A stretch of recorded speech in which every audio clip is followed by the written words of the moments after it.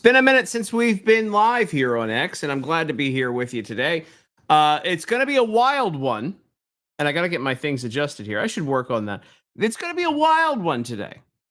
So let me explain to you, and I'm going to get this all set up while we're doing this. I want to thank our sponsors at Kalshi, of course. There's a little government shutdown going on right now. We're going to be discussing that most of the day. Get that pinned up there. And I'm going to share it. If you guys aren't part of my group on X as well, Democrat Fails, I have a community on there. I'm going to go share this over there right now. Post it to that group. Join the conversation live. And I said I was going to go live at noon Eastern. But we're going to go a little bit early. I wanted to warm everybody up. I wanted to warm me up. It's been a minute since I've done a live here. I want to, again, welcome you all back in. This is going to be a very exciting day. We have about 17 members of Congress joining us today. Maybe 19 members of Congress. Might be 20. We don't know. We don't know. So here's the deal. When the shutdown started, there was this plan. Well, before the shutdown started, there was this neat plan by the Republican Study Committee, a great group of people over there, to have a new media day in Congress. And they were going to have all these big, the celebrities of today interviewing the members of Congress.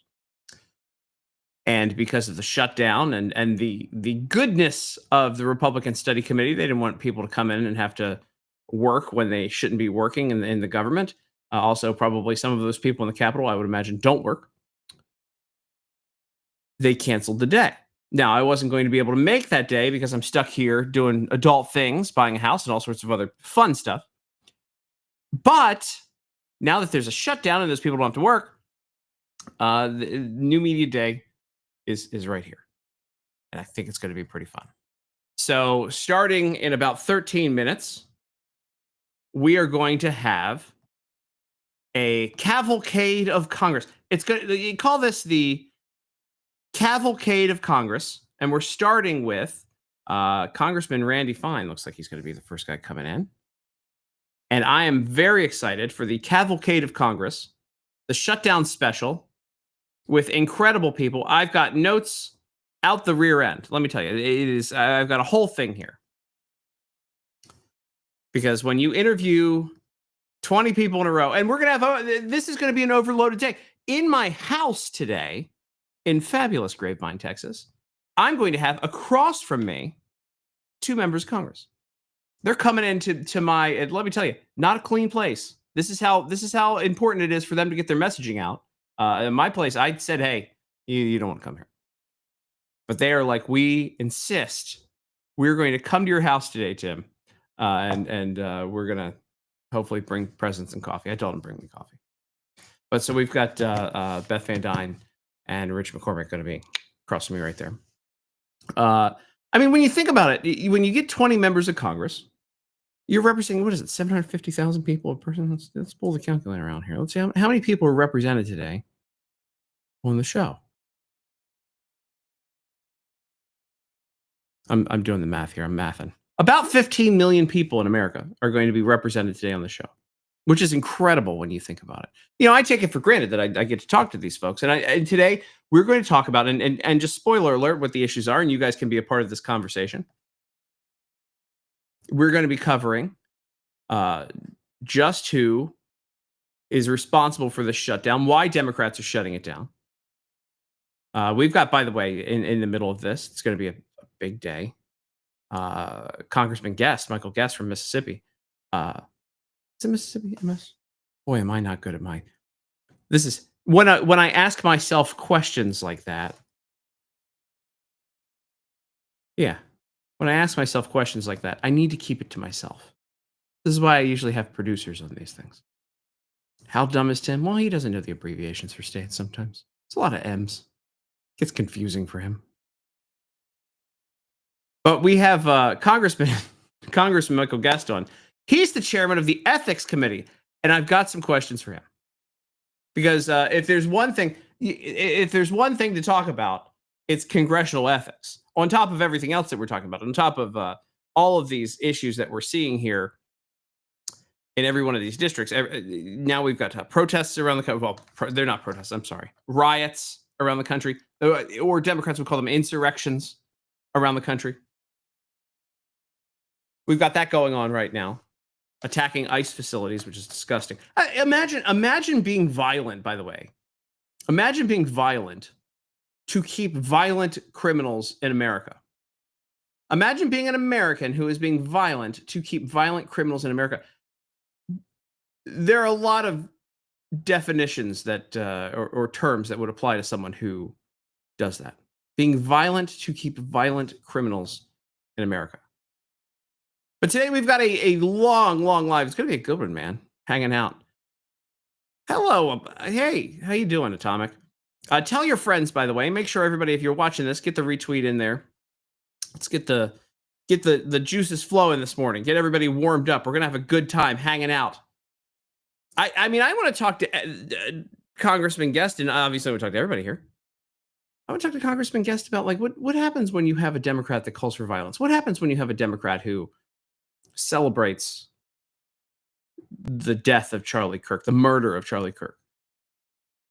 The world has changed in just the past few weeks. You go from the left murdering one of the kindest, most faithful Christian men, period. The guy's declaring Christ to the world minutes before he was murdered, which is wild to me. That's the way, no offense here, that's the way I want to go out. Because that's a pass. Jesus high fives you on the way in. A true hero in Charlie Kirk. You have him murdered. You have the left celebrating it. Then you have the Democrat Party also celebrating it, but shutting down the federal government to benefit everything but Americans. Everything but Americans. It's going to be a fun day talking to these congressmen about this. Heavy topics, but we're going to have a great time talking about it with everyone. I am truly just shocked about all this. Well, here's what do we got? Ferrler? How do you pronounce that? Ferrler? I'm sure you thought that out when you said it. Biden caught stage 4 cancer. He didn't cure anything. Yeah, Biden did promise he was going to cure cancer. Also yesterday, so yesterday, in the middle of everything here, I should go through. I was so busy preparing with each member of Congress coming on, looking at their background. But yesterday, these documents come out that the government, here, let's pull this up. The federal government was well aware that the Biden family was corrupt. I mean, as if we didn't know from a blanket pardon of everyone in the Biden family, including, I think the family dog was pardoned. This was one of those things where literally everyone in there, there were members of the Biden family that were pardoned I had never heard of before. And just blanket pardons for everyone. This is, by the way, Catherine Herridge, one of the few, she's like the last of a dying breed. Catherine Herridge is one of the best journalists in the business. Don't always agree with everything she says when she shares her opinion, but when she reports, she's the best. Period. Last of a dying breed in journalists. This is what journalism used to be. You know, when you get classified documents or you seek out classified documents and things that may pertain to the government being corrupt, and then you report on the corruption, honestly, without any kind of bias. This is what she does.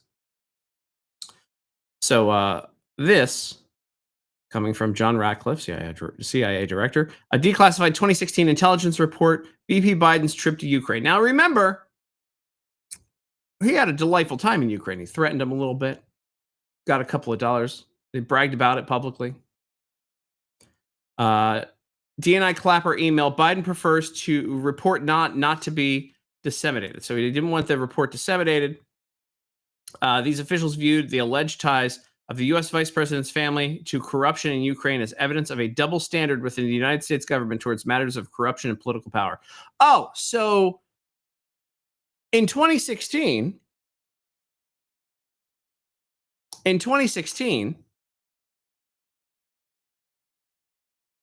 federal government, our deep state, you can call, identified that Biden's trip to Ukraine was corrupt and then did nothing about it and said nothing about it. And it was buried into the ether. Just, oh, yeah, okay, yeah, pretty corrupt. I think there was a concern. Oh, there might be a double standard. Okay, okay. And then they just went, okay, that's fine. Let it go. Nothing to see here. Everybody move along. I, can can you imagine? There's just so much to discuss today, and we've got the top people to discuss it. We're going to have more congressmen. This is a fun one. This should be a fun one, and we can double check this. We're gonna have more congressmen on my show today than Fox News will have on their channel all day. Fun, fun. The Shutdown special. I'm glad you guys are here. Hit the retweet button. I'm going to go do that right now. Let's get everybody in here that we can before we get rocking and rolling. We're already up to 2,500 here on an unannounced. Came in a little bit early. A couple of minutes from now, though, we're going to start having some great members of Congress roll in and chat with us today. We're going to start with Randy Fine. And I've got a lot of great stuff coming through. This is him, by the way, earlier. So we're working with the great Republican Study Committee today. It's New Media Day, and we're doing it the New Media way, not in the very cold Nancy Pelosi, that's right, caucus room, because they named a room after Pelosi, and it was like 30 degrees the last time we were there. But instead, right here in my office, which is fantastic. A lot of cool stuff you're going to see behind when Beth Van Dyne and Rich McCormick get here. A lot of cool stuff. I said I have a whole plethora of Republican items over on the other side of the office, ready for a great backdrop for the Republican members of Congress who will be here in person. But I'm not going to knock anybody who wants to join me online. It's going to be a great time. Here we are, the Republican Study Committee from Randy Fine here. The Democrats shut down the government to demand free health care for illegal aliens, plain and simple. This halted the National Flood Insurance Program in the middle of hurricane season, leaving families without coverage. This is crazy. I want to learn about all the things. As some of you may not know, I want to learn about all of the things that are essential that were shut down. Because when I see a shutdown, I always think non-essential employees. They always say, oh, non-essential employees don't have to show up to work. And I go, if you're non-essential now, why are you essential during the normal times? But there are essential programs that are being shut down and halted because of this. Good morning, Big J State 48. Glad you guys are here. Make sure you share it with your friends. Let's get these numbers moving today. I'm excited to be here with you. Let's get the this shutdown special all over the place today. Very excited. Gonna check the. I have to. So I don't have any help today in the house because I decided to do this yesterday. I thought it was a great idea. It is a great idea. So when the Congresswoman arrives, I'm gonna have to run downstairs and pick her up from the front door. So we will have a couple of other folks joining. I believe Shell from Shell Shocked is going to be here. She's moving. How about that? I mean, she's gotten a lot of stuff going here. She's really getting it done. I like that Shell. I've been working with her for a little while here. I'm very excited to have her join the show today. Excited to have you guys here. And I think we're going to turn some good numbers on viewership by the time this is all said and done. Call me crazy. But I have a lot to talk about today with all of these members. I'm very excited for them to join. And we're going to be flying by the seat of our pants on a lot of this because I asked earlier, I was like, hey, do members of Congress ever double up on shows? Are we going to have like multiples talking? You never have like a group of them just sitting around talking. So I think we might have that at points here. I'm happy to have the overlap with folks so that we can get all the messaging out and get things going. So very exciting, guys. Very exciting to have you here. Randy Fine will be joining us in 5 minutes. What else is going on in this? You know what? I'm just going to go scroll through X and see what we can't see. What's going on? I have nothing here. What is this? I have Tesla I have some sort of I have everything except for news on X is sharing things to me. Let's go over to our friends at, how about we go to Newsmax, shall we? See what they've got going on. And I will get that pulled up properly. As you can see, as always here, my targeted ads show you what I shop for on the internet, and that would be toys. That would be toys. There's some Garfield stuff, Kid Robot.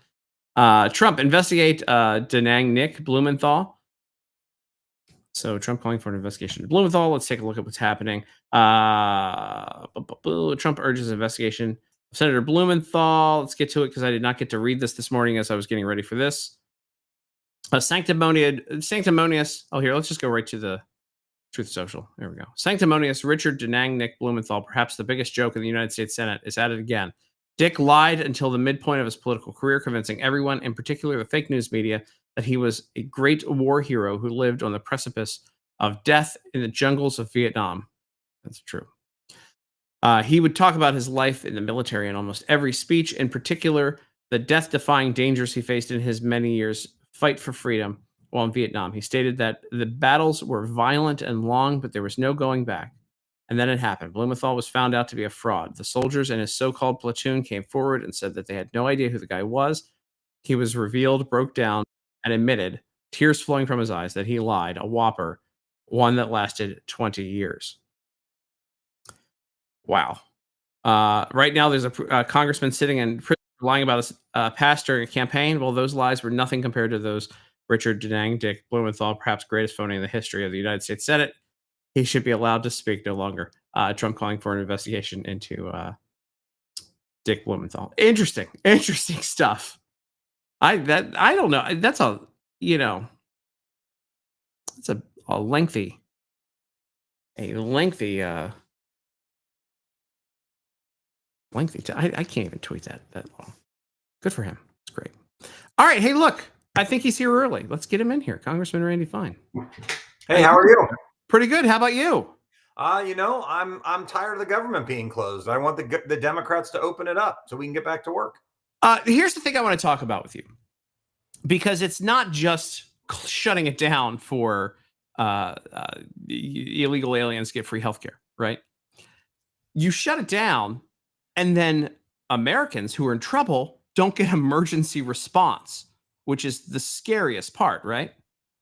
Oh, sure. Well, look, we can see it yesterday. We're starting to see problems at our airports when air traffic controllers say, look, if I'm not going to get paid, I'm not going to come to work. It's going to cause a real estate crisis here in Florida. So if you want to buy a house in Florida and get a mortgage, your mortgage company probably requires you to get federal flood insurance. Well, you can't get a federal flood insurance policy right now. And we're in the middle of hurricane season. So if you have a house and you've been doing everything right your whole life, and your policy expired today, you can't renew it. And God forbid a hurricane show up. And we are in the middle. My house was destroyed right around now in 2016 from a hurricane. So it's unbelievable the irresponsibleness of what the Democrats are doing, all to try to get free health care for illegal immigrants. I mean, are you seeing, because I know you have much more of a your boots on the ground. You got a lot of staff that goes and talks to people. Are people paying attention to this? Are they realizing what's going on here and what Democrats are actually doing?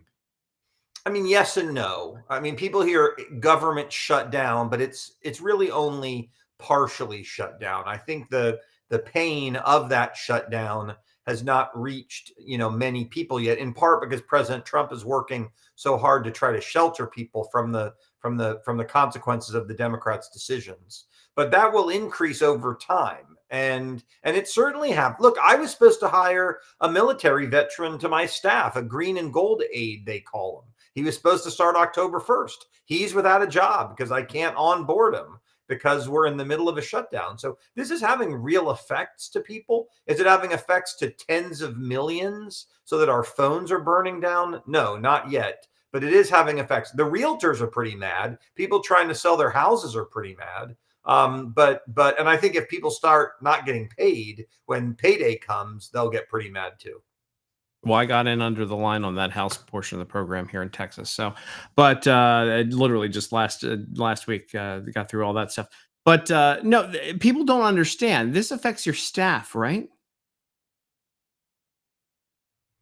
Sure. Well, my staff's not getting paid. They're working, but ironically, members of Congress still get paid unless we send a letter saying, "Please don't pay us." So a soldier doesn't get paid, but a politician does. There's Washington for you. I know many of my colleagues have voluntarily done what I've done and sent a letter saying, if our teams aren't getting paid, you shouldn't pay us as well. But I know not all Democrats have taken that approach. It's having real effects for real people, and those effects will only get worse over time. I wonder, has a single Democrat done that? Do you think? Have you heard of any Democrat that says I don't want to be paid during the shutdown? I did see an article that did mention two names of Democrats who said don't get paid. So I don't know how Wow. why. But then you've also got the senator from Arizona who, when he was asked, said, "What do you mean? I've got 3 kids and I've got a mortgage and I've got child support. How do you Yeah. expect me to pay that if I'm not getting paid?" I'm like, are you insane? I mean, what do you say to the guy who's serving our country in the military or in the border patrol or in TSA? They don't matter, but you do. Again, so much of the Democratic Party is do as I say, not as I do. And those people who make significantly less. I mean, I'm not saying you guys make a lot of money. Honestly, you folks who serve earnestly all but lose money by the time you're finished with travel with your family and having to have 2 places. Yeah, now let's just cover this really quickly, by the way, because I know it's a little off topic, but like, how expensive is it to be a member of Congress? I've always wanted to ask this. I've run it because I've been asked to run multiple times. I go, absolutely not. I can't afford it. At what I know the salary is like 170, but by the time that's not a lot of money by the time you're finished with all your travel and your family and places, right? No, I'm happy to talk about it. So we get paid, I think, $174,000. But in the case of my family, I have to spend 32,000 of that to pay for my health insurance. Members of Congress suffer with the monstrosity that is Obamacare. So Oh. even after I get a quote unquote subsidy for my insurance, it still costs me $32,000. So you've got to take that off the top. And then you've got to have 2 homes. So I pay $4,000 a month in rent for my apartment in Washington. So there's another $48,000 a year that I pay. I get some of that from the government, but all of it. And Yeah. then there's just the being away from your family a lot. I mean, a lot of my colleagues live in their offices, which is crazy, but they don't want to have to pay for 2 places to live. The only people getting rich off this job are the ones that are insider trading, and I've only been doing it for 6 months, and that has not been something I came to Washington to do.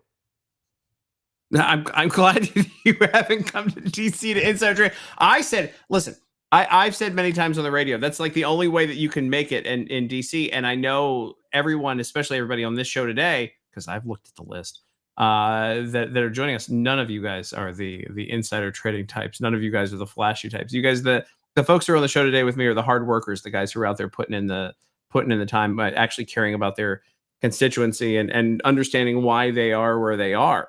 Um, I mean, this has got to be insulting, right? Because I feel like Democrats have done everything they can do to slow roll the Trump "Make America Great Again" policies, Mhm. and then they just straight up shut down the government for illegal aliens, which who, by the way, are on their way out for the first time. We're getting a negative for the first time ever as well. But that all kind of comes to a stop unless Border Patrol wants to volunteer at their jobs as well, right? Yeah, no, they're not getting paid either. I think the Democrats, um, I think the biggest problem we have in this country today is some of the people that I serve with on the other side of the aisle, not all, but some, believe that America is fundamentally an evil place. It is an empire that needs to be taken down. They don't support the country that they are elected to serve. So anything they can do to damage it, it is not a bug, it is a feature of their ideology. So shutting down the government hurts the country. That is a win for them. Even if they get what they want, $200 billion in free money for illegal immigrants, that incents more illegal immigrants, and by the way, is borrowed from our kids and grandkids. It's not paid for. That hurts the country. So every action they take is about damaging this nation. And that's why I have real fears about the future of the country, because I don't know that I serve with people who unanimously believe in America and hope for America. And for me, the Rubicon was crossed when a majority of Democrats wouldn't vote to condemn the death of Charlie Kirk. I said, how do you not vote for that? You don't vote for that because you believe freedom of speech is evil. You believe that America is bad. And so, I serve with people who I believe are bad. I don't want them to be hurt.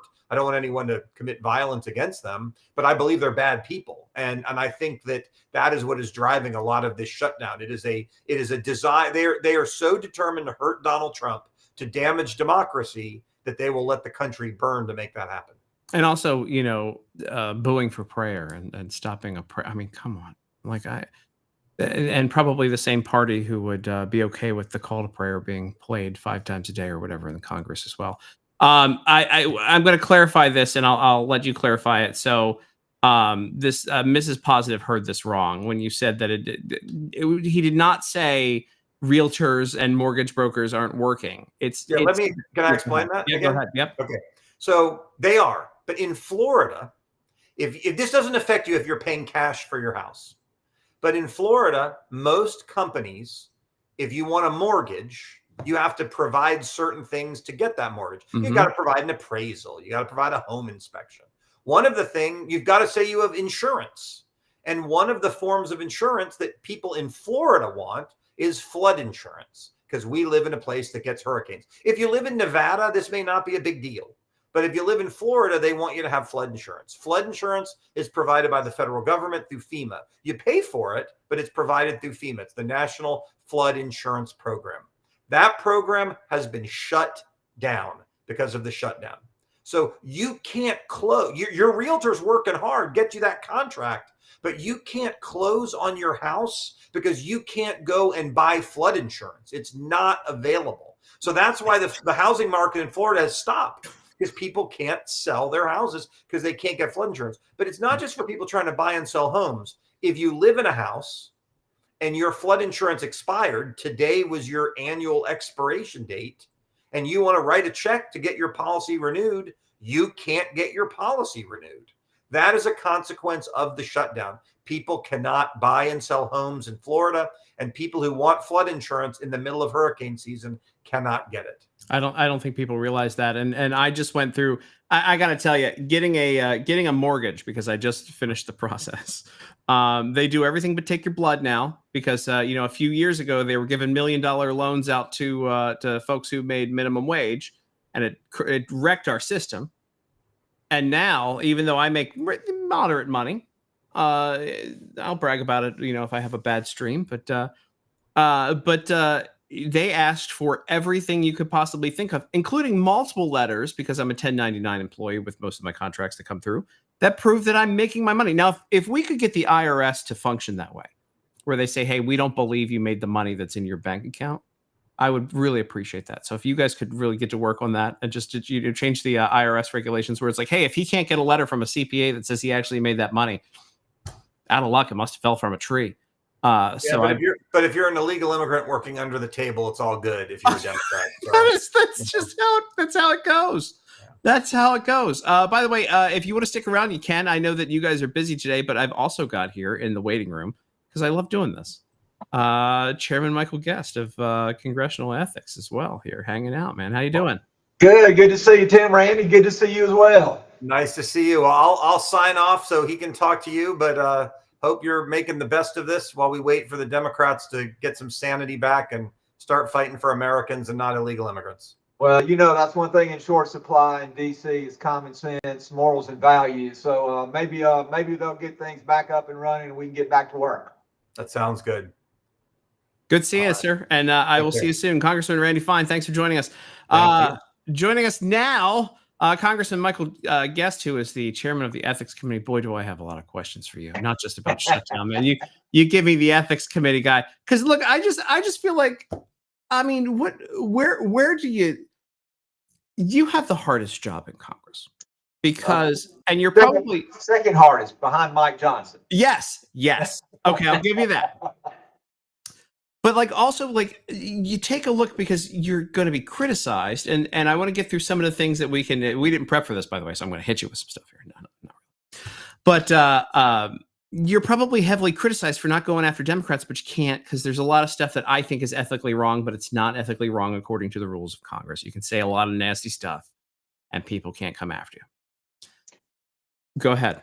Well, I was going to say, one thing people don't know about the ethics committee is an equally divided committee. And so 5 Republicans, 5 Democrats. And so unlike other committees where the party in the majority really controls what happens, say whether it be the Committee on Homeland Security, the Committee on Appropriations, to where the majority party actually has more members than the minority, and that they have the ability to actually control the agenda.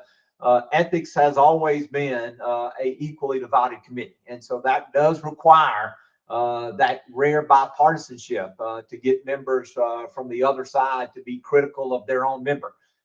And we've been able to accomplish that in some instances, but there are other times where there would have been conduct that I felt like could have been charged under the ethics and violation, or an ethics violation. That's been very difficult for us to come to that consensus on. Okay, so that's something that a lot of people need to know, is that because it's 5 and 5, the Democrats. It takes a lot. I think a lot of people would agree for a Democrat to turn on a Democrat, where we actually have morals and values, and actually when more people do something wrong, we say they did something wrong. That's right. Yeah. And look, I think we should hold each other accountable. Look, if Republicans do something wrong, Republicans shouldn't turn a blind eye to that. But it should be a two-way street. And what we've seen, at least recently, it seems like that it has become more difficult for Democrats to want to hold other Democrats accountable for their conduct. Yeah, I'm just going to say one name, and then we should talk about the shutdown stuff. But Maxine Waters. I mean, Maxine Waters, Alon Omar. There are numerous members of Congress who have said and done things that I would consider to be outlandish, but who have not been brought forth with any ethical charges. And I'll leave it at that. And I have to be very careful about what I can say and what I can't say. Again, not trying to be coy to you. Or your listeners, but it's as a member of the ethics committee, we are very limited in the amount of information that we can disclose. Yeah, and I'd imagine there's a lot there. I wasn't going to get into deep things and all the things that you can see what I yell about on my ex once in a while. You just have your staff take a look at it and be like, oh, he's talking about Ilhan and the thing again with the stuff. But no, it's got to be a very difficult position, and it's kind of, to me, it's shameful on the Democrats' part when you have a member who's calling for violence against the opposing party, openly calls for violence against the opposing party, and then they can't, not even 1 of 5 can be like, okay, maybe. Well, and you look at the recent resolution in light of Charlie Kirk's passing. The number of Democrats who refused to support that. It was a resolution that did 2 things. One, it talked about some of the major accomplishments that Charlie had given to our country. But the second part is it condemned political violence, and we had Democrats, more than half of the Democrats either voted against it or did not vote for the resolution at all, which is in stark contrast to every Republican who voted to condemn violence in light of the state representatives and state senators in Minnesota who were killed. And so it kind of goes to show that, hey, Democrats are great about talking about bringing down the temperature, but when it actually comes to voting for that, they're not willing to put their money where their mouth is. Yeah, and I stopped myself because I was thinking, like, who would be an equivalent on the side of Charlie Kirk. I'm not going to say that because that would be taken out of context. But if someone as the equivalent of Charlie Kirk on the left was murdered in that at all, our side would come out and pray with them. I mean, you take a look at President Trump's honest reaction when he found out that Ruth Bader Ginsburg died. Yeah, he was truly heartbroken. The guy, he was like, we didn't agree on much, but like you could see, just physically, he changed and was sad, and you don't see him like that. It was a rare moment where you see him Yeah, he actually let his guard down, and you're right. I mean, if you look at the policies that the president and Ruth Bader Ginsburg, the policies that they agreed with would be a very small. You could probably put her on count on one hand. But he understood her sacrifice as a public servant, what she had done for this country, and he had very kind words to say about that. And you don't necessarily see that kindness reciprocated by Democrats to Republicans. You can't, and you can't deny the service that a lot of these, like, I mean, didn't agree with her, but she wasn't a bad person, and people, don't deserve the worst. We shouldn't be celebrating death. Anyway, all right, enough of that. Let's get to the lighter stuff. Like no one getting services because the Democrats have shut down this country. This is bad. This shutdown is bad, and this shutdown is completely because the Democrats want to do basically two things: one, give free stuff to illegals who they hope can eventually vote for them, and two, get their propaganda machine back up and rolling with NPR and PBS, right? That's right. This is clearly a political shutdown. This is not over policy. The Democrats have tried to make it over policy, particularly the expanding the Obamacare enhanced subsidies that will expire at the end of the year. But look, these are policies that the Democrats put in place. These are things in which the Democrats set when these expiration dates would occur. These were supposed to be temporary in light of COVID. Now we see that they want to make these permanent. The cost of that would be over $500 billion. And so the Democrats are asking for $500 billion in new funding to keep the government open for a mere 7 weeks. You're right. Much of the healthcare, or some of the healthcare that they're talking about, would go to illegal aliens. And so this is not a shutdown where they have a key issue that they really disagree with. They're just throwing a bunch of things at the wall, hoping that they can make something stick. And some of it, and I think much of it, is being driven by Chuck Schumer in his fear of a very popular Democratic member in his district. She may not be popular in my district, but she's popular in New York. Alexandria Ocasio-Cortez, who is threatening to primary Chuck Schumer for his U.S. Senate seat. And I think that has driven the narrative that we see today. That is wild. I didn't even think about that in the grand scheme of things. How do you think? I mean, look, I think you're a pretty popular congressman yourself. How do you think AOC got to where she is, like popularity wise? Is it a social media thing, you think? Yeah, that and look, she's well spoken. If you listen to her interviews, again, we can disagree with what she's saying, but she is well spoken. I think she comes across in a group very well. I've had the chance to meet her and speak with her. Again, we didn't talk about policy, just had a chance to see her before, have carried on conversations with her. And I could see how on the campaign trail she would really resonate with voters. She's very passionate about what she believes in. She has really taken social media and used that to her advantage.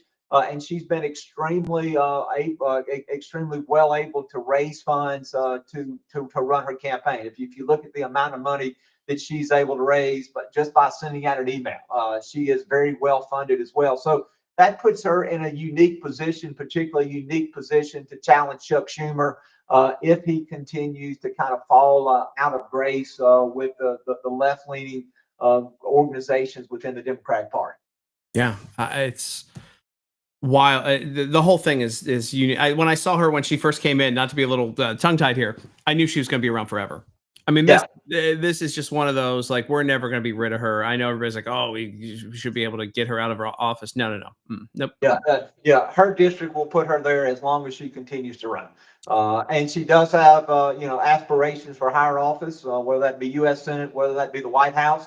I don't believe that she could be elected president, but I do believe that she could be elected United States Senator in New York. I mean, if that's something that Chuck Schumer was able to do, something that Hillary Clinton was able to do, I think clearly that Alexandria Ocasio-Cortez has a following in that state.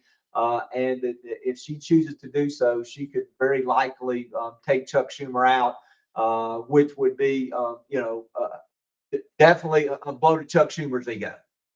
Yeah, but she'll be in for another 100 years. It's similar to me when I take a look over at California, because they're basically the same state. You've got Adam Schiff, who was able to very easily walk into a Senate seat, and you had Kamala Harris, who I mean, when you compare the two between her and AOC is a scholar when she's speaking. Yeah, if you look at those two and compare those two, I mean, clearly you've got to give the advantage to Alexandria Ocasio-Cortez. Again, well spoken.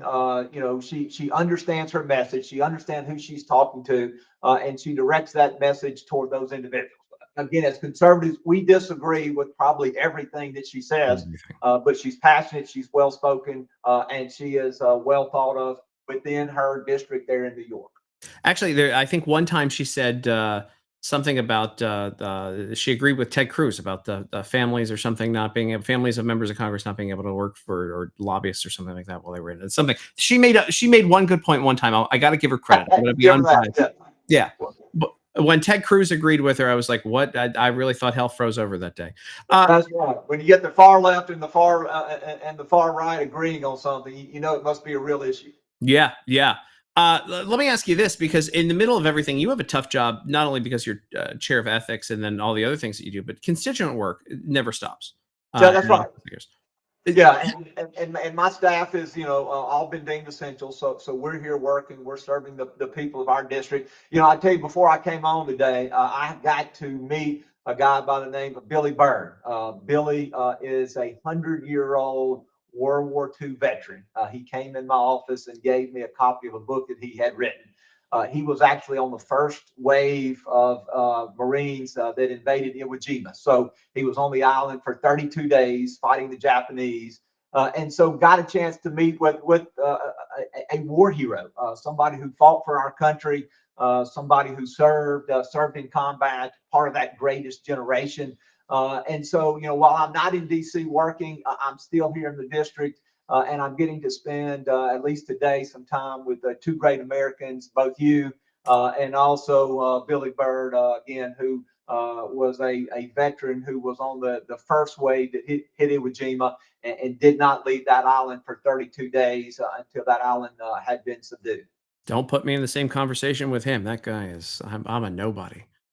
That guy's he's a real deal. Now, this is going to be, wow. That's incredible. What an honor. You're like I said though, your staff is essential, and they're in there. They're working for nothing, right? Or are they able to get paid? So they will not be paid at the end of the month. Congress is paid differently in the fact that the House is paid monthly, the Senate is paid twice a month.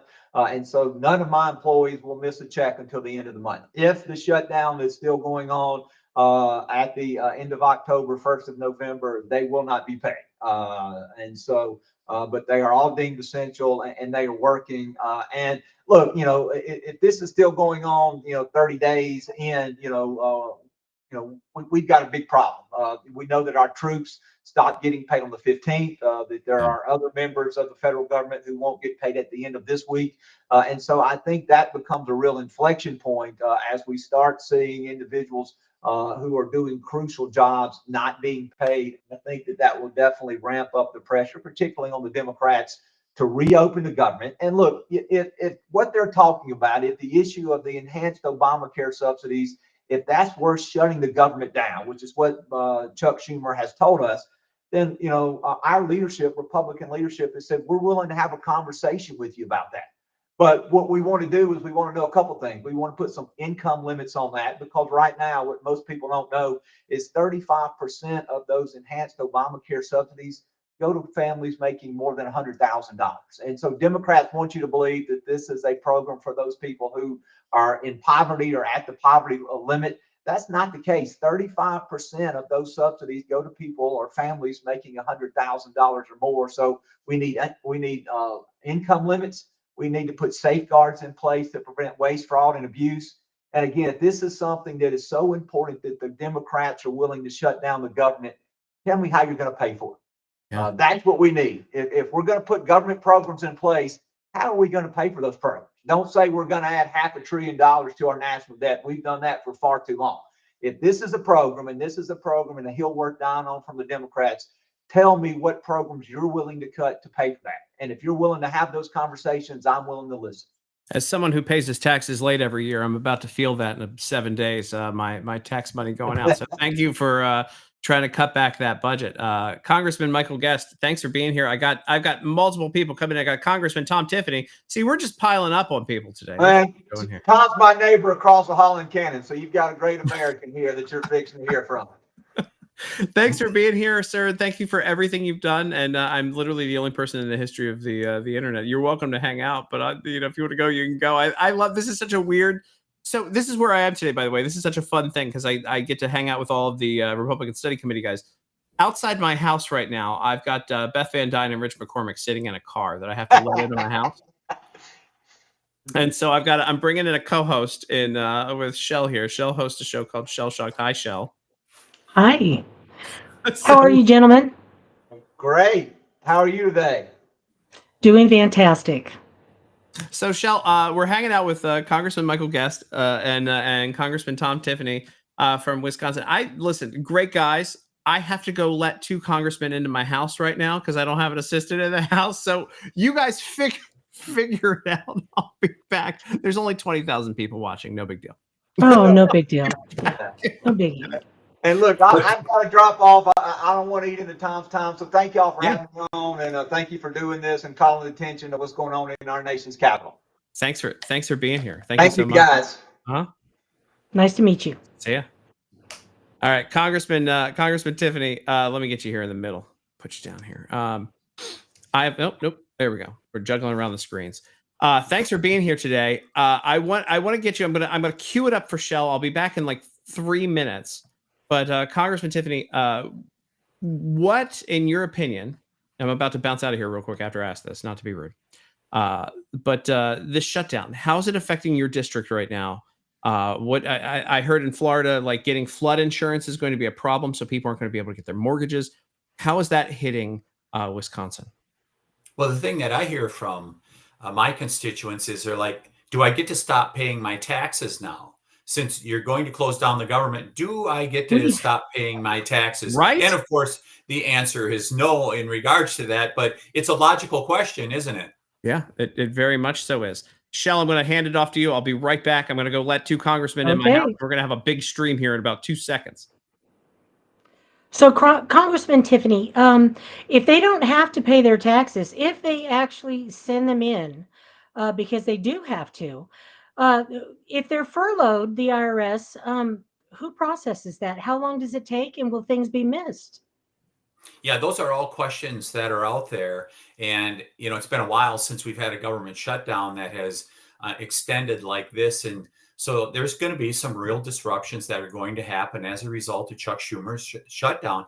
And I know that's cliche at this point, but it's a cliche that is accurate. Chuck Schumer chose to shut this down because he is scared to death of the leftist progressive side of the Democrat Party. That is who runs the Democrat Party at this point. I just think that there's a bunch of Democrats out there like, this is crazy what we're doing, but they're scared to say it because what will happen to them is they will be primaried. And we've seen this time after time now over the last few years. I've just been serving Shell for 5 years, but I think about over the last number of years where you've seen old liberal war horses in some of especially in the major cities around the United States, who have held office for a long time, that are now being defeated because they're not far enough left. It is the Bernie AOC socialist wing of the party that is driving this at this point, and they will do anything to make sure that there is a fight. We need to resist it. We need to make sure and tell the American people what this is all about. This is about reversing what they voted for in November of 2024. They wanted secure borders. They do not want people that are illegal aliens to be able to get health insurance on the taxpayer dime. They don't want those things. The Democrats do. So how is AOC driving this message by doing videos that say, just laugh at them? That's how they fight. Just laugh at them. Talking about us. How is that a winning strategy for the Democrats? It can't be. I don't think it is. And go back to last November's election. President Trump won both the Electoral College and the popular vote. Why did he? Because he painted the clear contrast. Democrats are crazy, and we are the party that is normal and that stand for American values. And so the American people are like, yeah, we are tired of the craziness in this country. We see it with crime in the streets. The president is standing up now for the average person in America that says, I just want to have safe streets. I want to be able to walk in my community at night, including in the big cities of America. They can't do that it. really resonated in DC. A lot of the Democrats there, it's a stronghold for Democrats, but they're enjoying this new safety. They're enjoying cleaner streets. They're enjoying the president's decisions to get in there and clean it up. Why don't other Democrats around the country, realize that? Why aren't they getting that message and seeing that his policies really do work? Why are they backing AOC or Schumer on this? I would go back to my earlier answer. They fear the progressive left because what happens is you have this hardcore leftists that make up the primary voters of the Democrats. And that's how you knock out someone who maybe says, I want to be a little bit more moderate Democrat. That's how they get taken out. They say, we want to be a little more moderate. Those primary Democrat voters are like, no, we don't want somebody that's moderate. We want somebody that's a progressive leftist like AOC. And that's what Chuck Schumer fears at this point. He is so scared that AOC is going to primary him and he's going to lose his job. And unfortunately, that's what you see with so many Democrats. They would rather have their job than protect the American people. They're looking out for their interests before the interests of the American people. What do you think their messaging is going to be with the suggestion by the Trump administration to use the tariffs to support the SNAP benefits while the government is shut down? What do you think they're going to fight that, aren't they? I mean, everything that Trump does is a bad idea, right? If President Trump says it, they will almost certainly say, no, we can't do that. I mean, it's reflexive on their part at this point. It is. I think it's going to be damaging to them too, because their own constituents, the ones that want all the freebies, the one that get the promises from, Chuck Schumer, that the government's going to take care of you, and not getting those SNAP benefits or, the lunch programs to be run by these tariffs. They're going to wake up a little bit, I think. I don't think it's going to be good messaging or a good idea for them to fight Trump on this. Yeah, and Shell, I would say, to you, the previous guest, my colleague, Representative Michael Guest from Mississippi, he did a really good job of laying out how even while Schumer and the Democrats are saying, hey, you've got to negotiate on health care, you have to negotiate on these COVID enhanced subsidies that were put in place. I believe if the argument shifts in that direction, if we are consistent as Republicans and make 2 points, and Representative Guest made those points, those subsidies are good for people making up to $500,000 a year. Should we have COVID era subsidies for healthcare for people making $500,000 a year? Yeah. And also, most of that money is going to end up with the health insurance companies. I think that's a fight we should have with them also, because what they're advocating for is the very insurance companies that they usually bludgeon and people who are of higher incomes that they beat up on all the time. It's all situational ethics by the Where is the messaging from the Republicans? Where is that messaging? Where's that fight? Why aren't we hearing more about that? You're the first person I've heard speak on that. Well, I think it's important. I do not fault our leadership for staying to the message that this is about getting health care for illegal aliens. That's the number one thing they're saying. We're also saying that they'll probably spend another $1 trillion making inflation even worse than what it is now.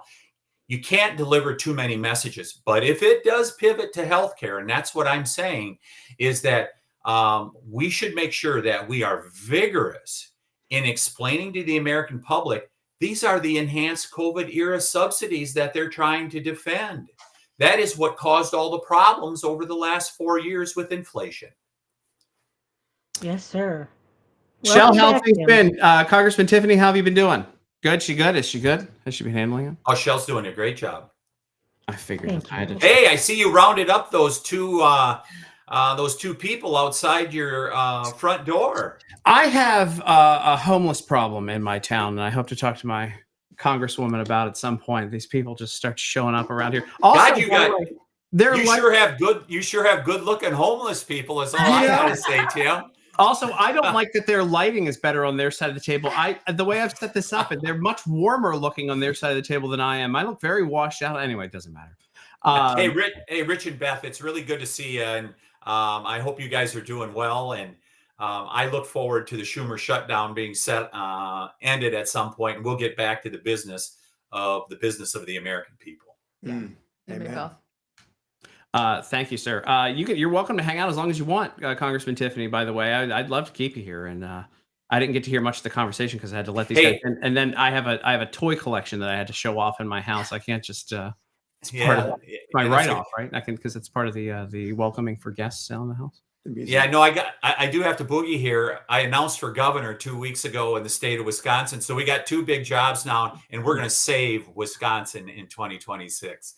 It's good to join you guys. Hey, it's great. Awesome. It's great Nice to good meet see you. over computer. But you're right. I cannot wait to get back to DC and actually start passing some bills. All this legislation that we've introduced needs to get passed. But what the Democrats are doing is absolutely crazy. But it's good to see you. Good luck. Good to see you all. See you guys. All right, you guys are here now. Let me see if I can get you the big screen. There we go. That works. My place. You're beautiful. Oh, thank you, Shell. Thank you. I knew. He's beautiful. I She's knew. beautiful. Look, you guys got to see my place. Not many people get to Yes. see this place. You got a cool Captain America shield, like right down there. I have everything. I'm surprised I don't have a Amazing. full uniform by now. I just stopped myself from buying. I have full costumes from shows too, but they're in the closet. He's such a nerd. Did you know he was that much of a nerd? I tell him I could do a full psychological profile now after walking out. Pretty Yeah. much. By the way, we're Addison McDowell is joining us as well. So we're gonna have a full. How are you? We are going to have a full. Here we go. What side? How should we do this? There we go. Full house here. Congressman Beth Van Dyne, Congressman Rich McCormick, and Addison McDowell. Sorry, Congressman Addison McDowell. I don't like to call him Congressman because I'm so old now, and he's done more in his life than I have. So I respect that man. So young for accomplishing so much. Let's talk shutdown. I mean, you guys are here because you have to check in on your districts as well, everything that's going on. How is this affecting? I mean, number one, it sucks, but how is it affecting like constituent work? Because in both of your areas, people need help. Government's not getting paid to do it right now. Well, our office, I don't know about the government, but in our office, everybody that we hire is actually essential. So we have our staff is still fully staffed, and we are still taking constituent calls. We're still working on our casework.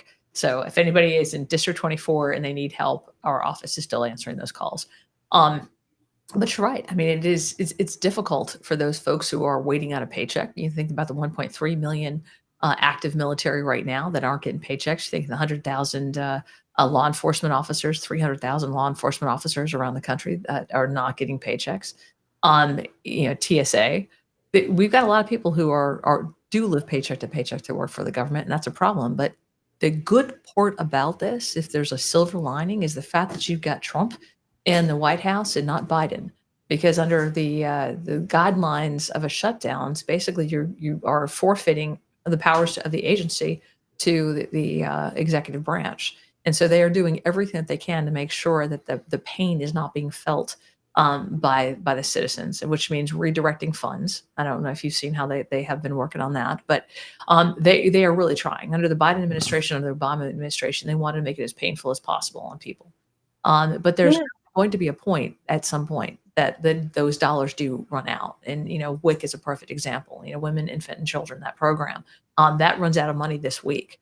And so they have been redirecting money from other places to be able to cover that. But at some point, it's going to run out if we cannot get the Democrats to come back and do their job. And for you, your district, but obviously you're in my district today with the congresswoman, but your district is not much different than this one, really. Actually, they're sister districts. If you think about how close they are in demographics and wealth, in business and education, very similar districts. We just visited the ICE facility today in Dallas. It was shot up now twice. Yeah. Similar challenges to what we have in Atlanta, where we just had 2 people arrested for making threats, terroristic threats against the ICE agents in Georgia. Our constituent services are seamless. There won't be any interruption. Matter of fact, on our website, we posted all the available help that people need during this shutdown. I think the question we keep on getting asked is, when is it going to open back up? We've had different bets. I think Congressman Van Dyne said it would already be open. I think it's going to be right before the 18th No Kings rally. I think this is just a big showpiece for them. This is all I it didn't even is. think about that. Yeah, that's what it Yeah, is. that's right. That's what they're gearing this for. It's going to be somewhere around that time that they're going to open them, and they're going to make this a big rallying media point. And I think that's all this has been. It's just a big show. Yeah. By the way, I just Congressman McDowell in North Carolina, similar to you with everything that's going on there. And do you have ICE facilities there as well? Like we've been seeing these protests, but they're not protests. We've been seeing riots. We've been seeing violence. It's disgusting across this country right now. Is it happening there too? Not like the one in Atlanta, and not like the one in Dallas, but we do have them around, and you know their presence is here for sure. But you know, I think both of my colleagues are exactly right. You know, and like them, our office is open as well, and we're trying to do the best we can. But I think, you know, my best guess on when this is going to open up, who knows? But I think, you know, you give them a lot of credit if you act like they know what they're doing. I don't know that they do, and it's they're losing this battle that they thought that they would win for God knows why, but they're only causing harm, and over what? You know, healthcare to illegal aliens. I mean, is it worth not paying a soldier for that? To me, absolutely not. Do you think, though, and this is a really good question since I have the 3 members of Congress with me here, which is kind of cool, by the way, for me professionally, big deal. Do you think people in your respective districts understand that this is just to give illegals free handouts in healthcare? I for one, first of all, think there's a lot of misunderstanding. They're saying this is a handout to billionaires. First of all, that's how they're spinning this. I've literally heard them say that on the media. Like, they always like to make this about billionaires. The dirty little secret is way more billionaires give way more money to the Democrats than the Republicans. I want to repeat that over and over again, because this mantra that we are the ones benefiting billionaires is absolutely bizarre. This is about stuffing the pockets of insurance companies who have gotten somehow or another tied into the Medicaid, which is about 17% of our entire $7 trillion budget, that make 200. I don't want to steal your stats. Best way ingrained in this, but making 230% more profit since before the Affordable Care Act. Your premium's gone up by 90%. They're denying you 1/3 of your claims. Doctors make less than 30%. I'll give you a softball question after this. But what I'm saying is that they got somehow ingrained in the Affordable Care Act. They take their percentage of profit, and somehow or another we think that's better. And that now the only way to keep this sustained is to do something we told them we weren't going to, which is we're going to retract, and the states have to take up the slack that they were never supposed to be devoid of. This is supposed to be a state-run Medicaid program, but they're like, instead of saying washing their hands, like, you pay 80%. It's not my responsibility. You stepped in. You knew we were going to retract. It's not just about the illegal immigration. It's about who pays the bill. And if the federal government continues to increase its spending from what used to be 1/3 of all government spending to 2/3, and is going north of that, we are going to go bankrupt, and everybody's going to pay the price, especially our children. Yeah. Since you took off your stats, we forget how many billionaires there are in Hollywood, don't we? Yeah. Yeah. I mean, by the time, how many billionaires are in California that are doing? Yeah, it does. And music, all of the entertainment industry is basically, there are so many billionaires that donate just specifically to Democrats that would never think otherwise, and they outnumber. I mean, not to be like they got more billionaires than us, but they do. They do. Who are not hurt by this shutdown, by the way. Not at all. That's right. In fact, probably a lot of the federal government bureaucracy is going to watch movies and listen to music right now and give them all the money known to man. But but to his point on the government shutdown, I mean, yes, a lot of this is focused on making sure that illegals who are in our country at record numbers because of the former administration opening up our borders, and now we're paying for it. Like he mentioned, we just left the Dallas ICE detention facility that got shot up a couple of weeks ago. We talked to their deputy director and others that were there. And these are bullets that actually entered the facility because Democrats have demonized our law enforcement. They started with police, the defund the police efforts. Then they went on to CBP. Remember those people who were whipping, in their description, whipping people at the border, and now they're gone to Immigrations and Customs Enforcement. These are laws that are passed in Congress that we hire people to actually enforce, and then they go after them. And it has caused, deaths. It's continuing to do that. These are good men and women who are doing their job. They're doing it admirably. They respect this country, and they got into this line of profession because they really, truly believe it with their heart. And then they have Democrats who are doing this that are causing this kind of violence. So we were there, giving out breakfast tacos and just, wanting to show support and finding out more about what we can be doing. But this shutdown is really Democrats unhappy about what happened in November, trying to reverse the election, really irritated that we were able to pass that working family tax cut bill that had everything in it to be able to bring back jobs, to increase our economy, that had something in it for everyone, except for illegal immigrants, illegal aliens. And this is what they're fighting over. They're trying to add, for a 5-week stopgap, they're trying to add $1.5 trillion of spend. So we're sitting here arguing about little programs, but at the end of the day, we're not going to be able to afford any of these programs. It's going to be a moot discussion because we're going to be spending more money on paying for our debt servicing than anything else. And currently, by the way, I don't know if $37 trillion of debt, we got $1 trillion debt service. It's just more than we spend on all of our defense alone. That's put together, all of it. Unbelievable. Hey, does the IRS shut down during the shutdown? So, because I've got to turn my If only. got to turn my taxes in next week for last year, because I like to give them the last day. Your deadline will still be the same deadline. I don't know if you knew this or not. Not the most organized when it comes to other things other than like collectibles. Congressman McDowell, this has got to be, I mean, again, like the way that it affects your district and the way that it affects the folks around you there, like, are you like hearing from people? Are they upset about it, or is it just kind of like another day? Well, first, let me piggyback off something that Dr. McCormick said, that, the Washington Post, they're not exactly the bastions of conservatism, as we all know. But their editorial board said something that I think is very interesting. And this is the problem that the Democrats don't want to talk about because they did it, is the problem with the Affordable Care Act is that it was never actually affordable.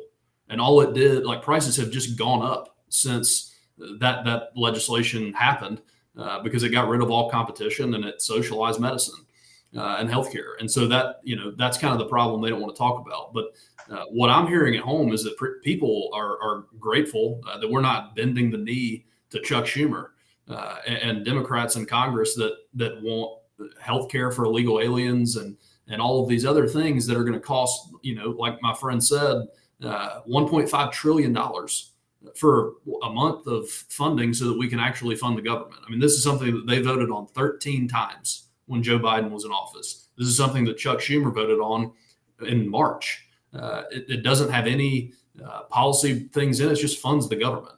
But they're choosing to hold everyone hostage and not feed, not pay soldiers who need to feed their children and their families. They're not paying them for health care for illegals, which is just disgusting. But what I'm hearing from people at home is that they're grateful that we're not bending to this and we're standing up to it. A question, I'll start with you. What will the shutdown do to the already stressed veteran hospitals and veterans healthcare? I mean, it's not going to be good. I mean, I have 2 in my district that this is going to impact them. And our office is here to make sure that we help everyone get everything that they need while this is happening. But, that is what Chuck Schumer has to own that, because he did this. And him and Hakeem Jeffries and, I think it's rich that Hakeem Jeffries thinks he matters at all in any of this, because we passed the bill out of the House without it. We didn't need it. It was bipartisan. And now it's Chuck Schumer's little circus he's got going on, but this is his fault and he owns all of this. Also, like, before I get back to you two, because you guys got here early, by the way, I just want to let you know, very efficient. You guys got here very early. I thought 11 o'clock. I thought you wanted us here at 11. We got here late. Well, later. Well, according to the calendar, you're not supposed to be here till 12. Well, and that's Central, by the way, in case you guys are watching in Eastern. Real quick, Congressman McDowell, what do you think about? And then I'll get to you guys. The Democrats' narrative around this. I mean, it's been kind of ridiculous, right? Well, it's just not true. I mean, they're walking away from what they're actually doing because they know that when they say the quiet parts out loud, like Maxine Waters said from the steps of the Capitol, we want health care for everybody. They have to lie about it because that's not a winning formula. But that's the common theme with Democrats is that they don't have a plan. They don't know what they're going to do. They're historically unpopular. And that's playing out right now on national TV and national radio and things like this all over the country because they don't have any way to defend what they're doing because it's wrong and they know it's wrong, so they have to lie about it. Yeah. AOC, she's got a plan. She made a video about it. She said, that when they're approached with, these healthcare issues and everything else, just to laugh at us. That's the plan to fight back. Did she say that? Just laugh at them. Yes, she did. Hey, what's it like? You Staggers the mind. You guys are in a hallway, because I know where your offices are in DC, with one of my all-time favorites, Ilhan Omar, is up in between your office. You ever pass her in the hallway? What's that like? All the time. Is she a nice person to be around, or is she just like? Is it performative? When you see a Democrat say things like, because when I see like AOC when she says something like just laugh at them or they say things for things, are they nice in person and then they put on the show, or is it just kind of a? Yes. It's true. I mean, I try to get along well with everyone. Yeah. And I think, Ilhan Omar, she's approachable. She's professional in person. But I think the one that it really is probably the most irritating to me is Jasmine Crockett.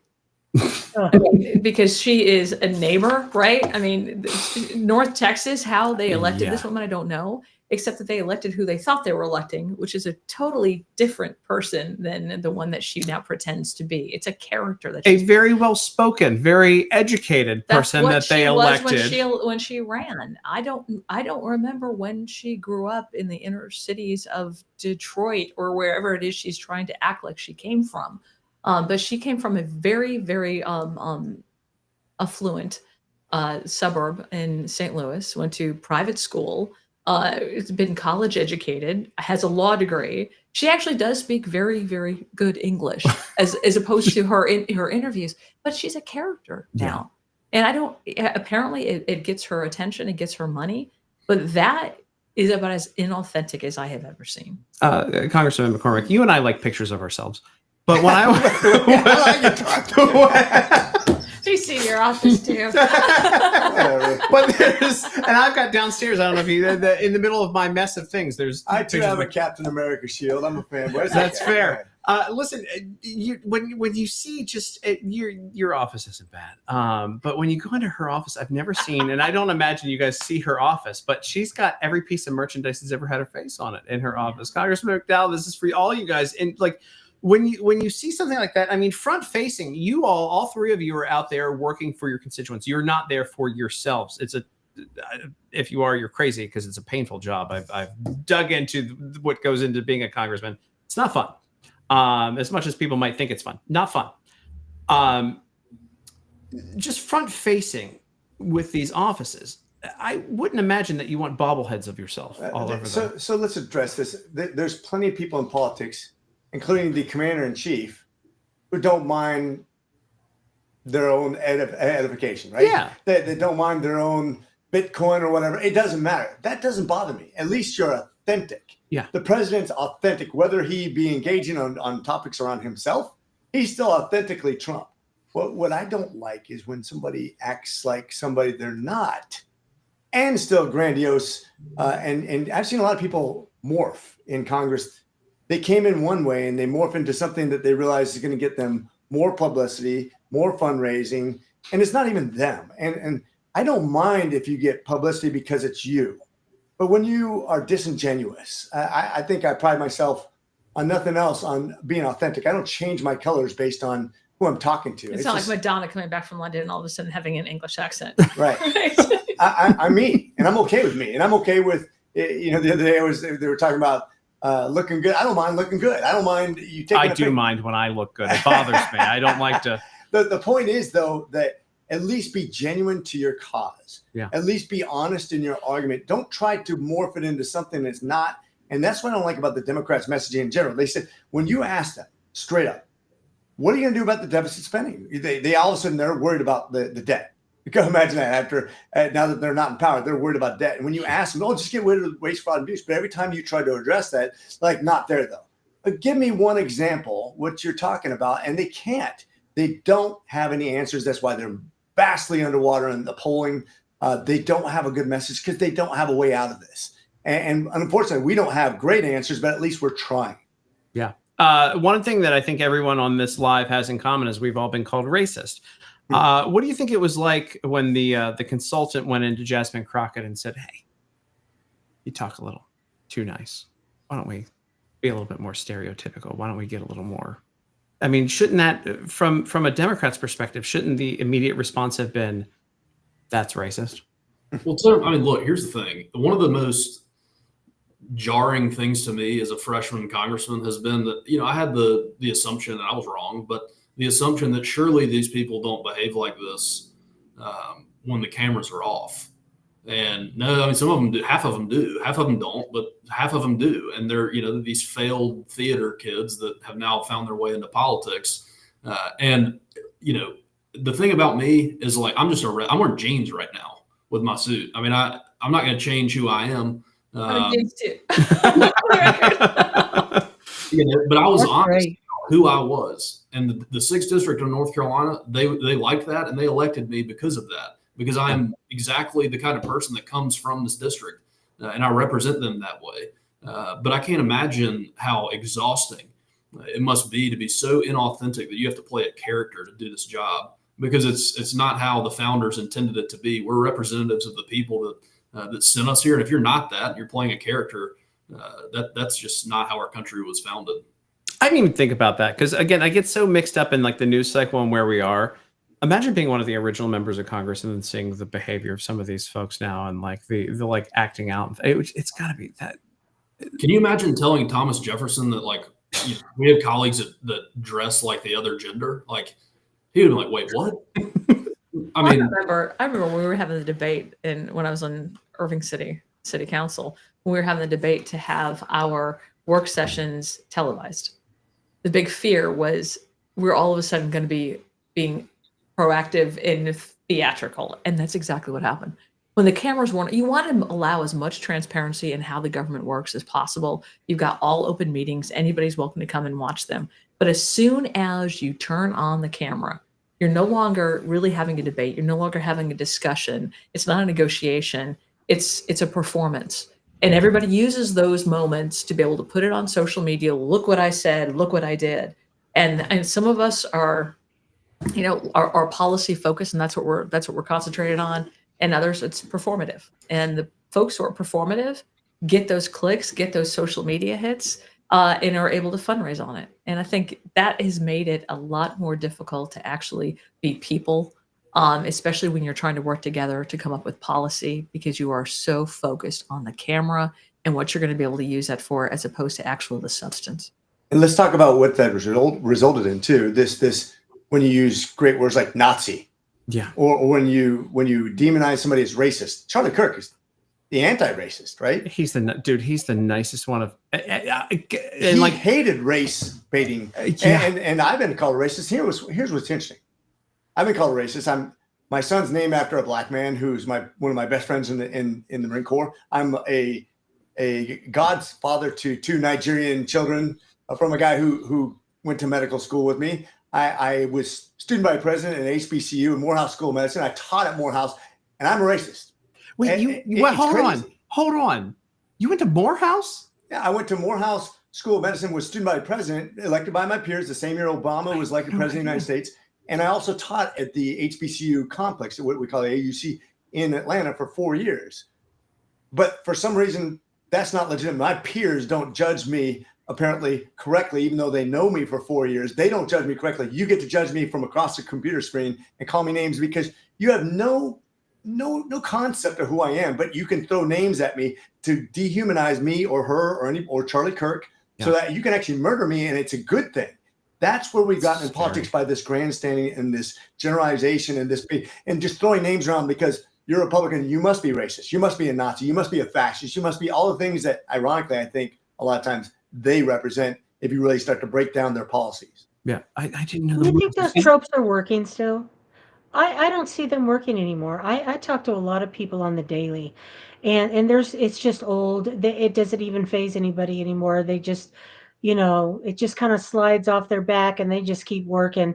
I don't think the tropes like that are working anymore. Why do they continue to use them and attack us like that when, I mean, clearly isn't working? But you say it's not working though. But I would say, look at what happened to Charlie Kirk. Yeah, I mean, the other eye. And Trump, I mean, it is working to a certain base. I mean, you're taking people who are already mentally unstable, and you're giving them excuses. You're almost defending their horrendous violent actions, because if you're labeling somebody something that is so awful, Nazi, racist, then you are all of a sudden forgiven for any kind of violence that you perpetrate against them. I do think that's working. I think it's less so now in entertainment and in regular, society that you say it's somehow lost its meaning. But what they're doing is they're becoming even worse than racists. Now they're starting to label it fascists. And they're just using different words to try to get even more hateful. It's also one of those things too, where you have, the former president of the United States coming out and saying that MAGA is the biggest threat to America, and so it's a combination of all the elements together when people feel empowered. Real quick, I mean, Jasmine Crockett's definition of ICE right now. I mean, she's calling him slave patrol. Yeah. Or you want to talk about being an inflammatory?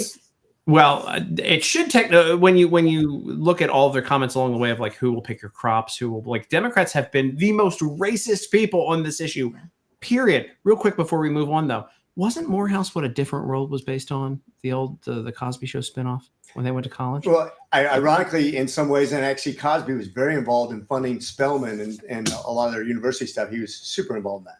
Yeah, sorry. I just I did not know that fact about you, and it's derailed the whole thing for me. That's incredible. No one should ever be able to call you racist based off of that.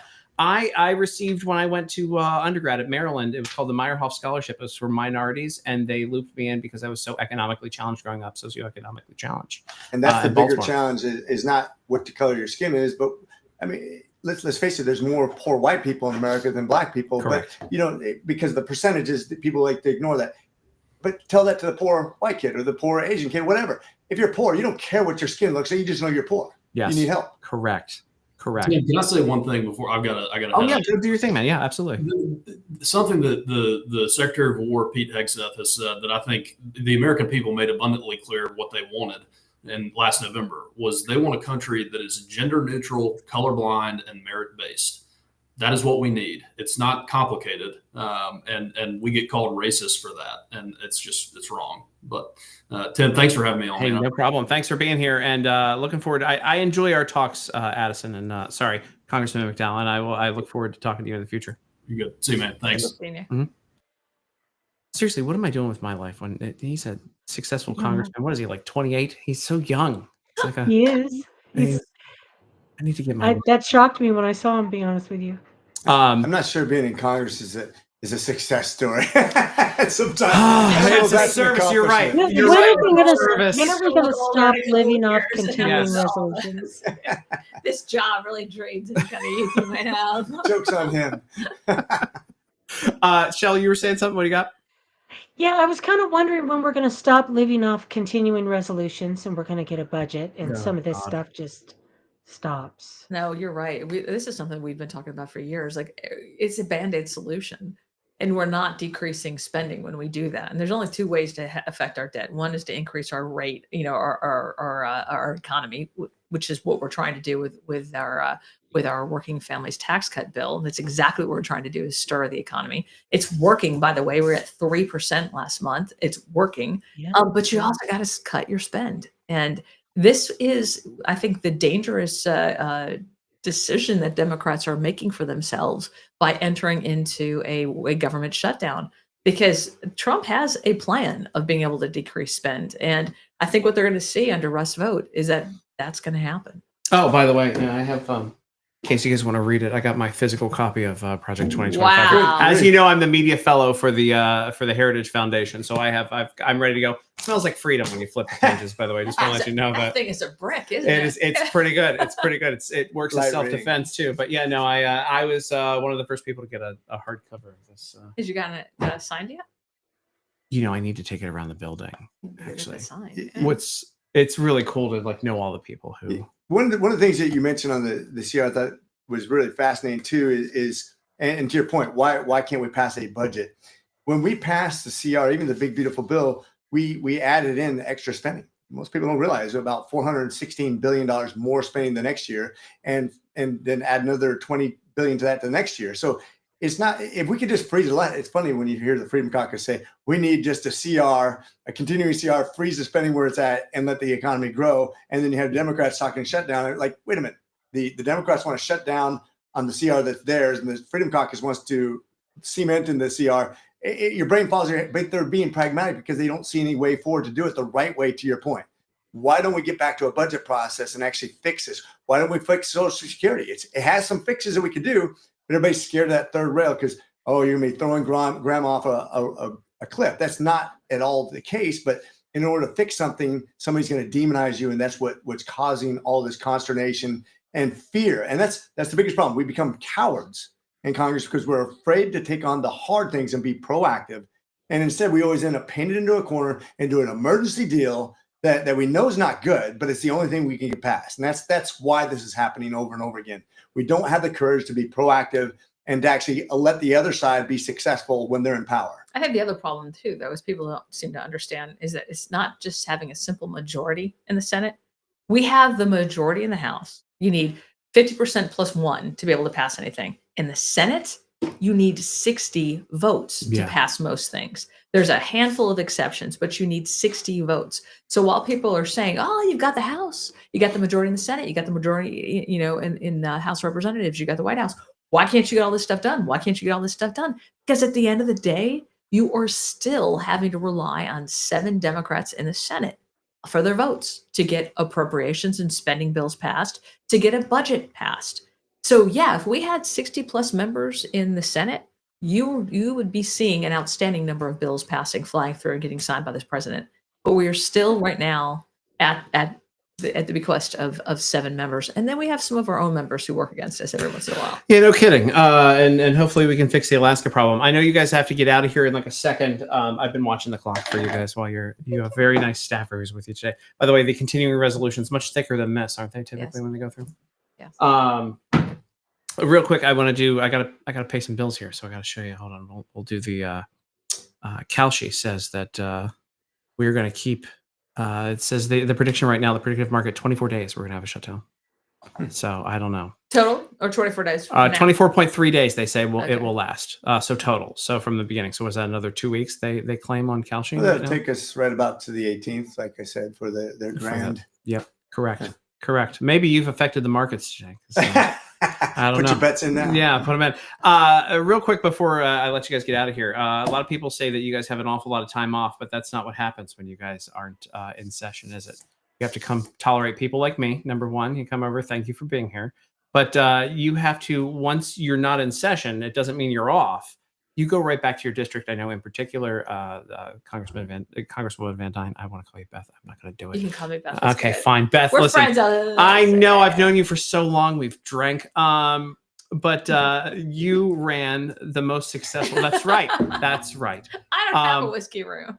Yeah, that's true. You guys are always welcome. And by the way, in my new place where I've moved across the district, but still in your district, there will be a much nicer whiskey room because I can get it painted. The whole thing. We're getting I got a designer coming in to do some stuff. So, but you ran one of the most successful job fairs I've ever seen in my life. Probably the largest job fair I've ever seen in my life. Maybe did you look up to see if it was the largest job fair in American history? It is the largest independent job fair. So a lot of the job fairs are connected to the state fairs and things like that, and they count all the population that goes to the state fair, which does not count. But this was great. I mean, you're right. When we come back to the district, this is where our work is actually done. I don't think people recognize that. Everybody sees what we do in DC, but not what we do in the district. When we come back home, it's one thing to be able to pass a bill like we did with the Working Families Tax Cut bill.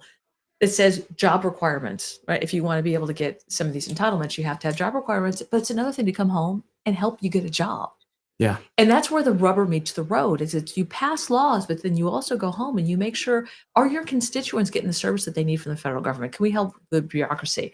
If you're having problems with the VA or with Social Security Administration, if you need a passport, if you're going to DC to go visit, how can our office help? And this is what I think our office does. And I know Congressman McCormick does it the same thing.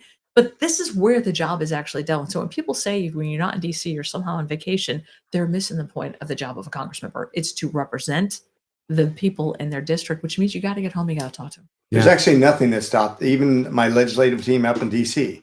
We're still gathering support for a bill. I'm trying to get it across the finish line. We're still coming up with new legislation. We're still writing legislation. We're still doing constituent services. Both of us are like around the top 10 of the 435 congressmen for legislation passed. Constituent services on timeliness and volume. Nothing has stopped at all. As a matter of fact, this gives me more time instead of more meetings up in DC and more hearings where a lot of times we don't get anything done. I'm actually put to the pedal to the metal. We're going full tilt. You should see the amount of activity we have on our team. I think we're actually getting more done in many ways. I'm not as distracted. I'd like to see more bills come to the floor though, because I think we have some really good legislation we both have proposed that could come to the floor and be voted on and passed and make a difference in America, substantial differences. That's always frustrating, no matter if we're in session or not, but at least we are getting a ton done still. We understand the hurt locker it's putting some people in. We want to have the government shut down over, but we have not let up at all. You know, that you make a really, really good point. And I'm going to defer to Beth on this one. Talking about getting things done.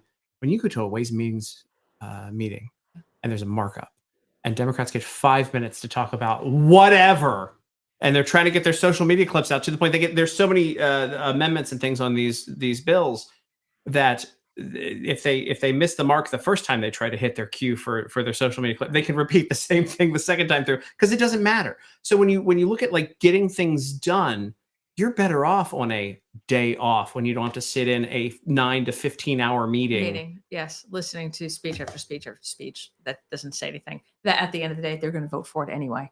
That was so frustrating that day. It was 9 hours, 9 bills, and then multiple amendments just to be able to reach out to be able to say you did something. But yesterday morning, I was in communication with Christy Noem, with Tom Homan about wanting to schedule and making sure that ISA was just not stopping by a detention facility like some of our Democrat colleagues do and force their way in. I actually wanted to make sure that they understood that I was scheduled for it and got in. But also in conversations with Mark Wayne Mullen about a bill that we've got to limit the number of immigrants, illegal folks who can get jobs as truck drivers. Yeah. So looking at, when you've got no name given from, they're getting licenses from New York and California. So we've got a bill in place. So I was talking to Mark Wayne Mullen about being the sponsor in the Senate. I was in communication with Sean Duffy about making sure that we're getting that over there. I mean, these are the things that we do when we are back in the district. So a lot of what we do when we're in DC is meeting after meeting after meeting. And to your point, 9 hours of my time was spent just sitting there listening to my Democrat colleagues make a social media post. It's not the most efficient use of our time. But back to what we do here for that job fair, we had 35,000 people who came. If you would have told me, I would have believed it. That parking lot was impossible. You were to get there. It. Amazing. It was incredible. It was incredible. We had over 500 businesses, pretty much every industry possible that was hiring. And do you remember the first guy when we came out to do the press conference right after that? Yeah. There was a gentleman who came running up to us saying that he was there last year. He really appreciated the job that we're doing because he was there last year and he got a job last year. And his job this year is hiring people, that same company. That's awesome. So he was there this year, actually behind the table, hiring people. And those are the stories that, really make a difference in people's lives. They were good jobs too. What was it? Like it was a good chunk of them were over 6 figures. Almost so like 30%. Yeah. I'll be there next year when this show Stop fails. that. But we love the job that you are doing now. Yeah. By the way, I got these. I don't have this for you though. This is my favorite. Like my favorite new hat. There's a local company that does these big Dallas cardigan hats. Anyway, whatever. I don't know why I'm telling you this. You guys actually, speaking of needing you to work, you guys got to get out of here and go do your work. I'm surprised I haven't had your staffer come in and bang down that door to get you out of He's here. probably texted you 4 times. I don't think he has my number. But yeah, no, it's been great having you both with me. Thank you for dropping by. What a great way to basically close my house. This is like the probably the last time I'll have somebody live in studio here, and Cool. the next place will be a little nicer. So This place is cool, though. It's right up there. It's nice to meet you. The great to Rose see you. Garden, I think, closing of this and the opening of Rose Garden. You think it's about the same I don't know if you saw, like I put up a bunch of Republican stuff behind you. So I had like the collector's plate from the centennial of the Republican Party from like the right there, like right in your face there, and then I've got like all sorts of. That's from Vermont. I don't know. Did they see the bourbon room? Oh, they saw the We bourbon. saw the room. bourbon room. Yeah. And then that pen, that Arkansas pen that's dusty there, is from Mike Huckabee when he was governor. Here I am getting distracted by Mr. Kool-Aid and Oh yeah. and Randy Macho Man Savage. Oh, I have a whole shelf of You Macho got Man. Buc-ee's. You got Buc-ee's. So And very impressed. I've got like I did the whole thing, and then I'm Just a Bill is always a big part of my sets up there too. People can't see. We I don't wrote think that. up there behind. But yeah, I have a couple of items in this house. that's awesome. Very hard to insure. Okay. So, all right, I'll walk you guys out. Shell, I'm gonna hand it off to you. The floor's yours. Don't get me canceled, Shell. When I hand it off to you for 2 seconds, and I'll be back. I won't get you canceled. I promise. Thank you, guys. Thank you. See ya. I don't know what he wants me to talk about right now or who's coming in next. He could have at least told me that. Oh, he wants me to talk about cow sheep. Okay. The betting odds. So if we're going to be betting on this, they're saying the 18th, right before the No Kings deal. Cow sheep's saying the 24th. What is your bet on when we're going to get the government back open? Because the Democrats, they just. I want to say bad words and get Tim canceled over the Democrats, but I'm not going to. I'm going to be a good girl on his show. And Kalshi, if you haven't visited Kalshi, go to Kalshi /TimYoung.com and get to betting, guys. It's fantastic. I like it much better than Polymarket. It's got a lot more for you there on the odds and a lot more information. So get over there and visit Kalshi. I don't know why I'm selling this when it's not even my sponsor, but you know what? I love Tim, so I'm going to sell Kalshi. And he better get his butt back over here pretty quick. I can't see the chat, so I can't talk to you. I don't know who's in the chat. But everybody, thanks for joining Tim Young's live today. He's going to have many more guests in the next hour or two. And it's going to be fantastic to talk to them and ask them the questions that the public, in our America wants to know. When are we going to solve this problem? When are we going to get the Democrats to stop looking for those social media hits and clicks and those little, viral moments over them, like Cory Booker, I am Sparta, whatever, shut up and get to work, but they don't want to do that. They want to live by the pain is in the process, right? And hurt us all. And I don't understand. Losing their voter base, I really believe that's what it's all for. I don't think they want insurance for everybody. I don't think they want everybody's, best interest at heart except their own. And that doesn't include us. So I don't know why they try to, hoodoo us constantly. To me, that's all it is. They're just, blowing smoke and nothing else. And campaigning because they don't want anything for America. They don't. If they did, we'd have this resolved already, wouldn't we? We'd be done with it, moving on, fixing the country, getting Trump's agenda taken care of. And of course, ours, because they would actually be listening to us. And they're not. I'm kind of tired of that. I'm glad that Tim's bringing guests on, and these congressmen that are listening to us, that are, getting that pulse of the nation and trying to figure this out and get this behind us and move on so we can. So we got 2026 midterms coming up. How is that going to affect the midterms? Are the Democrats going to get, slaughtered, or are they going to just, have a blue wave because of what they're doing? They're grandstanding. I'm very curious about all of this. So I don't know. We'll see what Tim has to say when he gets back. We'll see who's up next. And hopefully we're going to, move on pretty quickly because he's showing off all his stuff at the house. I'm sure there's no way he made it to that door without pointing at 15 other things. Oh, there he is. I gave him Did you give him another tour? well, I gave him some stuff to leave with. Oh, So nice. because I'm moving, I gave him one of my Thor hammers to go with his Captain America shield that he has in his office. Oh, nice. That's Mhm. awesome. Yeah. So So, that's so who do we have next? You could have at least told me that, so we could have well, we didn't prepared have the there's audience. nobody scheduled for a little bit here because Oh, we've got Dave Taylor from I'm Ohio catching is a coming cold up too. here momentarily. Who? Dave Taylor from Ohio, Congressman Taylor from Ohio. Oh, Ohio. Oh, He okay. is coming up here momentarily, and I will pull up. This is going to be good. I mean, what a day! So this is Yeah. this is the new media day for the Republican Well, Study Committee. What a fun time! yeah, but how did you swing this? How did you put this together? And I mean, this is great. They're going to hear from us and figure out how they're going to solve this, right? Mhm, That's the mhm. point, right? Yeah. Yep. Okay.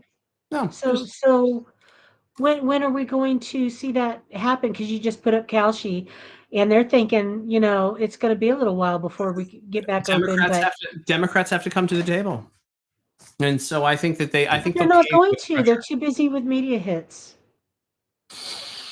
Yeah, but I mean, I think they're going to cave here. I think you're going to get You think enough. they're going to cave? Auction I off think they're something going to tomorrow. continue to cause us pain because they want to, and they can. I should auction off some things, Buckster. But behind, so I have I was being respectful. I pulled down. I have the Trump Playboy behind me too. It was kind of fun. Oh, and we are joined now actually by Congressman Taylor. Let me get some things set up here first, though. By the way, want to thank our sponsors, Kalshi. What a great great group they are over there. If you want to actually participate in, and I'll do this real quickly again. Thanks for handling it real quick, Shell. Thanks for being the Yes, that was intermediary and awesome. hanging Thank out you. here. How long will the shutdown last? According to Kalshi right now, 24.3 days. So we will see. We will see how long that actually goes. And this is what I do, by the way. I talk a little bit. I'm delaying a little bit while I'm doing my due diligence here. Your due Getting a couple of notes in. Now So he's got what did they get to? What are the prizes for your congresswoman? What'd she get to go with? well, I can't give my members of Congress anything. As you know, I'm going to bring in Dave Taylor here, Congressman So you Taylor. donated.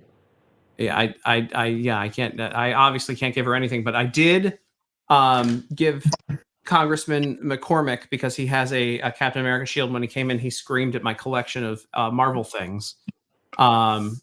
I gave him a functional Thor hammer that has, I believe, $0 value because I took it out of the box. That's how we'll say it, is that it has 0 value. And yeah, so there we go.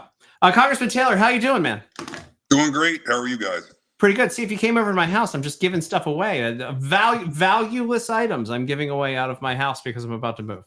I caught a little bit of that earlier, and I was jealous to miss the toy collection. Well, it's downstairs. So it's crazy, when we did this, and Congressman McDowell was here with us as well. And it's so weird to have. So it's I know Ms. Rich and Beth, and they came over. They were waiting outside in my cul-de-sac. I can only imagine anybody who knows politics driving around and like, who are these two? Are they realtors or are they members of beautiful people. This is gross how beautiful they are in person.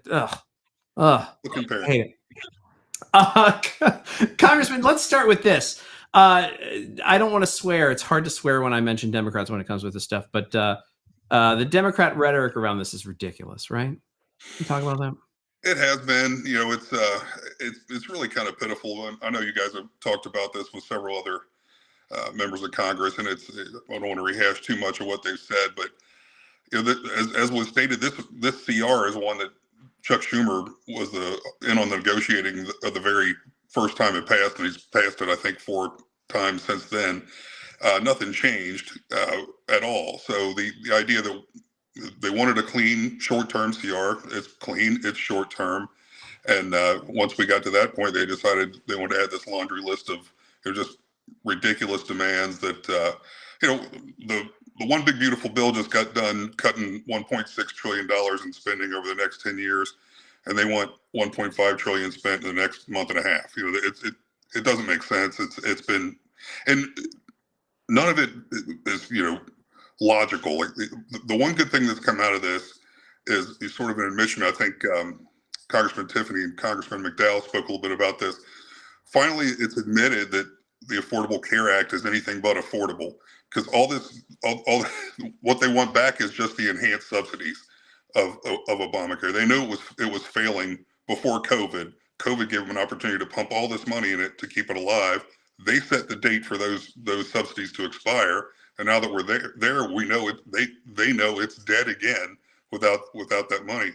Now, we do have to address how healthcare is paid for and how it's, how that whole business model works. But now's not the time for that. We need to do a full negotiation on that, a full investigation, frankly, to how that system works. Sorry, I was panicking there for a second when Shell lost her connection. We have a few other of your colleagues joining us right now. This is going to be a party. All right. Congressman Taylor. We've got Congressman Stutzman, and one of my favorite people that has been on radio with me so many times, Congressman Tenney. How you doing? Welcome to the Shutdown special, and I'll get your opinions on this too. The Democrats' rhetoric on this, what they're saying, the narrative they're trying to push is just absolutely ridiculous, right? You guys can just go. I'm not used to just go at it. I'm telling you, this is the crazy thing is here, Congressman Tenney. Like, when I said I wanted to do this, I was like, we'll just pile everybody in. Let's have a great time. This is great. My colleagues are great. And by the way, it's really good that you have me in contrast to some of these guys represent different kinds of states. I literally represent the state that has the worst Medicaid problem. Yeah. I also represent the state where the minority leader of the House used to sit next to me in the state legislature. And my senators, one of them is Chuck Schumer. So they're the two people that are causing this problem right now because of New York, because they're terrified of their left flank. But they're also, remember, both of them started out their political careers as career politicians in the New York State Assembly. I used to sit next to Hakeem, and they have never really had to try. They have the media is on their team, the mainstream media. Basically, they get glowing praise from them. They don't get any pushback. And so now here they are being tested on their leadership. And they're proving that they are not good leaders. And I think this is going to be, the more this drags on, I think it's worse for Hakeem and Chuck, also for the Democrats. But I think that they haven't woken up to the fact that they've got Zoran Mandami. If we keep this going, Zoran Mandami is going to be the highest ranking Democrat Socialist of America, who will be the mayor of the largest city in America and the largest city in the state of New York, who's going to be the tail wagging the dog, because the DSA, so-called DSA, actually are the tail wagging the dog in Albany, which is why we have all these problems. And this is what the real problem to me is that you have two New Yorkers who are leading the other team. That's why I think the Democrats should wake up and realize the last blueprint you want is the New York State model. Why is it? And I'll start with you, I guess, Congresswoman Tenney, and I want to call you Claudia. Sorry. Go ahead. Call me Claudia. That's fine. We're kidding. I know we're always texting each other on Twitter, and now you gotta call me. It's Claudia. Okay, fine. How does AOC have this much power? Is it the social media thing? Is she actually commanding the crowd of people? And you know this specifically from New York. Maybe Congressman Sussman, you can drop in as well here, but and Congressman Taylor. But why is she? Because she's the one that Schumer's really afraid of here, right? Yes. Well, first of all, she is very charismatic. You're not going to take that away from her. She's attractive. Every time, even when I have hardcore interns, from Mississippi or wherever they're from, they're always like, "Hey, can I meet AOC?" Now, hold on. I'm gonna cut you off. Hold on. This is because now I'm single. I can say things like this. I used to run into her at the Whole Foods all the time on Capitol Hill. Not that great. All right, sorry, go ahead. All right, no, but I mean, but on TV, she's very telegenic, but the truth is, she answered a casting call. She's part of the new performance art of where we are today. This is 2018 came in. I don't remember. I came in, and I know Congressman Sussman was in here before me, but when I came in 2016, in the 2017 cycle, actually some of my classmates are the speaker, Mike Johnson. Mike Johnson actually came up with this thing called the Commitment to Civility, which we thought, okay, we'll work with everyone.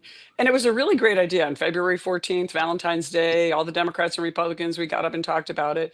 And then came 2018, the defund the police movement, the performance artists like AOC, who really just put a damper on all that and forced the Democrats even harder left. And of course, they got into the impeachment, which now, we're looking at what's going on today with Biden and this, bombshell coming out on intelligence, exculpatory information that could have been used, that was covered up, during the impeachment of President Trump in 2019, all this. And now you're having, and we have performance artists on our side too. So I think that's what she really is. And I think that as you're seeing really good members on here, we've got to get back to know what we stand for in our policies. And I think you got great members. I think we have a terrific speaker, a good leadership team, and great members that serve, on our side that are really helping. That's why I think we're doing so well in this, us being in the majority, but also, surviving the shutdown and actually doing better than the Democrats, along with the other things I mentioned. Congressman Stutzman, your specialty is financial services. One of your many specialties is financial services. How does this wreck things, this shutdown for Americans right now? Yeah, well, first of all, Tim, thanks for getting me together with some of my colleagues. I've been missing seeing them, and two of my favorites is Claudia and Dave. So you're bringing more people together than what Washington is right now. Also, thanks. That's what they say. Yeah, well, and the RSC, of course, is great to help organize these things. But like Claudia was saying, I think the Democrats have walked themselves into a really bad spot. Mitch Daniels, who was our governor in Indiana for a long time, he always said that the good policy is good politics. And I think that's, where we as Republicans, we're in the right spot on policy. I think the Democrats are better at politics than we are sometimes. I'm still convinced, and like Claudia was saying regarding Chuck Schumer and AOC, that this shutdown kind of helps Chuck, rebuild his creds with the far left and the Democrat Party, and showing that he's going to shut the government down. But the other thing too that I think is at play here is the Virginia election is coming up less than a month, and there's a lot of federal government employees that live in Northern Virginia, and they've made some really bad stumbles there, and I think they feel like this helps them, blame President Trump, build some momentum back up with their base in the northern part of the state. Coming up in 4 weeks when the governor's election in Virginia takes place. So I think, they think about these things, much more than what we do sometimes. But at the same time, doubling down and defending illegals and healthcare benefits, to me, I don't understand it. And a lot of my constituents back home, there's not much sympathy for the Democrats at all. Because of their policies lately, and the fact that they tell me stand strong, don't bend to these folks, because $37 trillion of debt. That's the context that we always need to be remembering that our country is in, that the federal government's in, and then also we've done when we passed the Working Families Tax Cut Act, big beautiful bill, and the other rescissions packages. Republicans are doing what we say, and with the leader at the top, with President Trump. Whether it's domestic policy or international policy, he is the strongest negotiator and the strongest leader we've had since Ronald Reagan. Yeah. Congressman Taylor, you're in Ohio, which is probably the closest. Again, like you guys have finally started really going red. I think President Trump has helped with a lot with that. That's one of those nail biters on election night every 4 years for me. But thanks to you and the party there, it's started to finally shift. Are voters there, and I think it's a good example of a state and how states can go in the right direction. Are voters there actually paying attention to this nonsense from the Democrats and saying, "Hey, enough," and like realizing that they want to be America first? They are, Tim, and my district's a very common sense district. It's a very Appalachian, agricultural district. So wait, hold on. Was that you with the train behind you right now? That's very no, that was not me. It could be coming anytime. It's headed from Indiana over right now. Yeah, stuff over here. But as we were saying earlier, Schumer's putting hundreds of thousands of people out of a job to try to a desperate attempt to save his job. And as Congresswoman Tenney was saying, that the threat that he feels from AOC is based on the fact that both parties have a fringe element. Unfortunately for the Democrats, the fringe is driving the bus, and she's the fringe face. Like that's why he sees her as such a threat, and he should. He's also putting himself into a spot where, both your other two guests have a lot more political experience and strategic knowledge than I do. But I feel like he's painting himself into a place where he may not keep it no matter how he proceeds from here. So it's time to let the American people get back to work. I feel terrible because I'm not wearing a suit and not dressed up like everybody else, but we got a I have water a main shirt break. on. You're good. What Hey, is that? Is that a did- Nationals hat? It is. It is. Yeah. Here, I'm going to do this. Dave, I'm doing this There real you quick go. for Oh, you. here we go. It's real. But I have, look, I can change. Hold on. I'll change to nachos. If we're going lighter, I'll go to my, There I it actually have is. hair under my hat. Here we go. Downward spiral. Hey, Oh, There she we're go. bringing There that- you go. there- Uh-oh. There's oh, my Bills Mafia gangster necklace. Here you go, right here. Go Hey, Bills. Josh Allen, MVP. he is. He is good. Your team. Let me tell you something. You went through a lot with your team for them to start coming back. Unlike me with the Cowboys, who will never come back from. They just. Yeah, but you got to love the Nationals. Come on, I love the Nationals. They're great. Listen, between I am a them, Yankee fan, but I got to love the Nationals. you know, I'm a No. Mets fan, Oh. and that was a season that we can talk about. I actually need counseling between the Mets and the. Real quick before I come back to you, Congresswoman Tenny. Sorry, I'm just going to call you Claudia.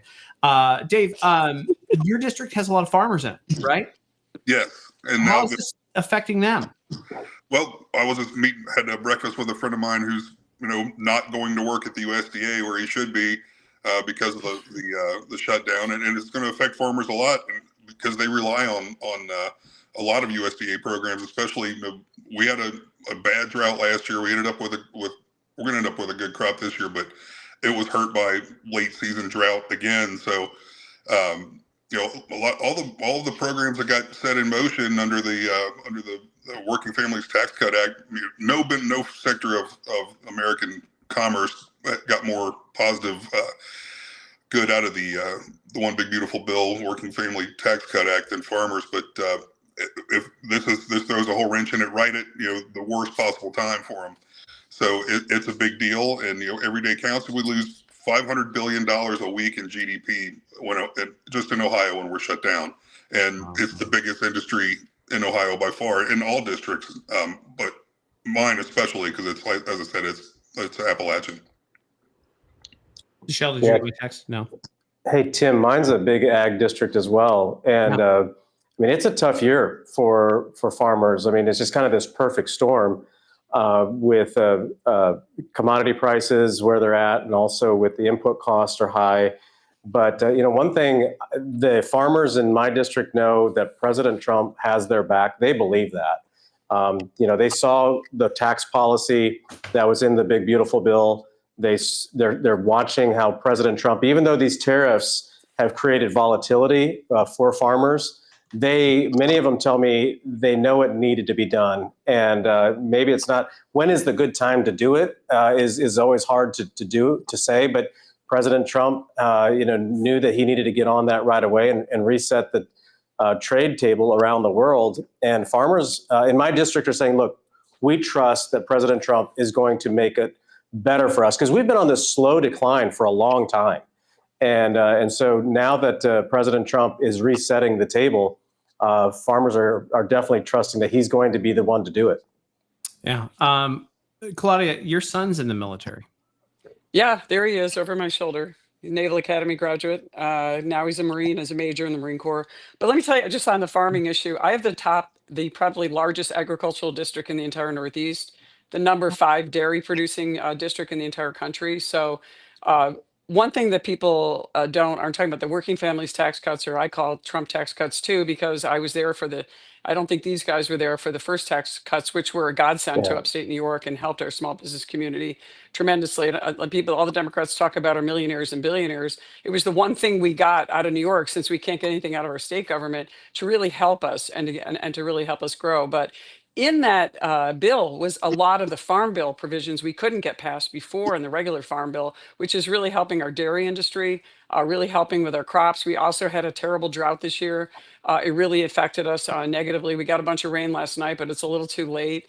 So we're going to be low on that. But, and the tariffs have caused some volatility here. And I have the entire northern border with Canada. So I'm really glad that President Trump had the time to meet with Carney yesterday, the Prime Minister, to talk about ways that we can work with Canada, because Canada is really important to us as a trading partner, especially my district, which is virtually, the St. Lawrence Seaway, all along Lake Ontario, all the way to the Niagara River, all the Finger Lakes, part of the southern tier. It's a huge district, which is really important to our economy for ag. And also I have the Old Erie Canal District. So it's a really, interesting place with lots of hope. But I'll tell you, if Mandami gets elected, it's going to be a very, very tricky path to keeping people in New York State.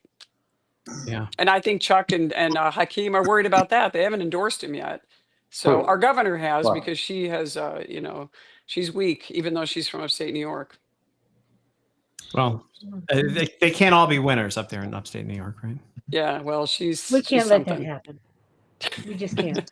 Sheldon, you have a question? Let's hope she's replaced next year.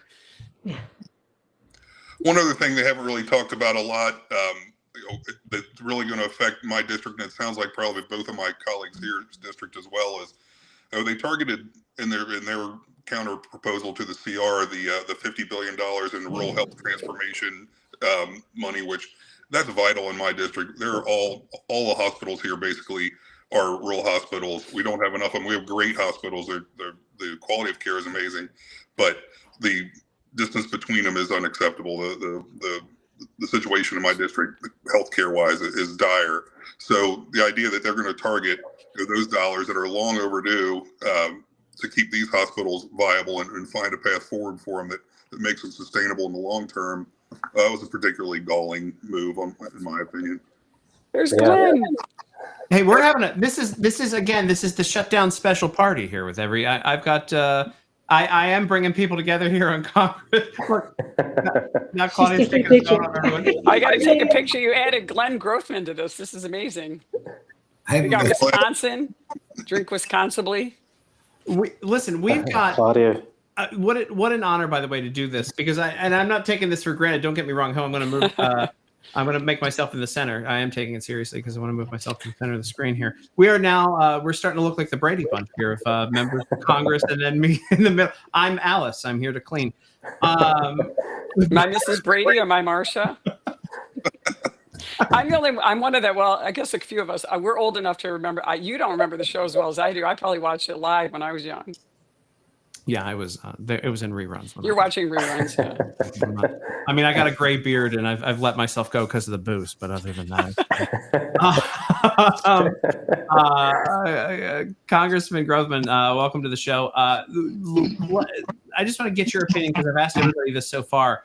What is your thought on how Democrats are trying to spin this? Because it's really ridiculous what's happening. Well, always in the past, we just need to spend the same amount as last year while we talk. And traditionally, we don't ramp up our appropriation bills until December. It should be done earlier. We'd like it done earlier. But normally what happened is the Democrats and Republicans go back and forth. But in the interim, we keep the door open. And that's, of course, what the Republicans did again this time. We passed a bill out of the House of Representatives, keep spending the same amount we did before. And something that I'm not thrilled with, we even gave an inflationary increase, which ought to make the Democrats especially happy. I don't like an automatic inflationary increase put in there when you're borrowing 26% of your budget. But in an extra effort to make sure the Democrats were happy, Mike Johnson put that in there, and they still will not vote to open the government. We all know the reason. The reason is that their leader is worried about a primary opponent, AOC, and that he therefore has to cater to the same type of people in New York City who look like they're going to vote for a socialist, almost left of left mayor. And I think Chuck Schumer's got to decide, am I going to look out for the country or even the Democrat Party as a whole? Or am I just going to look out for myself in a potential primary? I almost think he should step down if he cannot lead the Democrats to give us a few votes to keep the government open, because it is such a problem. People are not getting permits in the business world, for example. This morning, I heard from a farmer who's not getting his payments that he needs to keep his farm open. He's going to have to make a mortgage payment. He's not getting the government payment from an agricultural program. So these are the inconveniences, and sometimes more than inconveniences, that Americans have to put up with because Chuck Schumer won't do what Democrats and Republicans have always done, which is just sign off and say, well, we're negotiating, we're waiting to negotiate, we're going to just keep the government open, at spending levels of last year. It's not that difficult, but it's completely out of step. I mean, there are many times where the Republicans kept the government open when Joe Biden was president. I've said Joe Biden's the worst president ever, but we still voted to keep the government open under him. So it's just kind of an odd thing for Chuck Schumer to do. And I wish he would at least let other senators, Democrat senators, say, I'm not going to be mad at you. You vote to keep the government open. I've just got to vote no because I've got to worry about AOC running against me in a primary. And I've got to worry about the type of voters who aren't going to want to see Chuck Schumer vote or working with Donald Trump on anything, which is kind of childish, but I think that's what's going on. Absolutely. Yeah. Hey, Tim, if I could mention, if I could mention on something that Glenn said there a little bit about this, letting the senators vote. This is just simply because of the cloture vote in the Senate, that it requires 60 votes to shut down debate and go to final passage.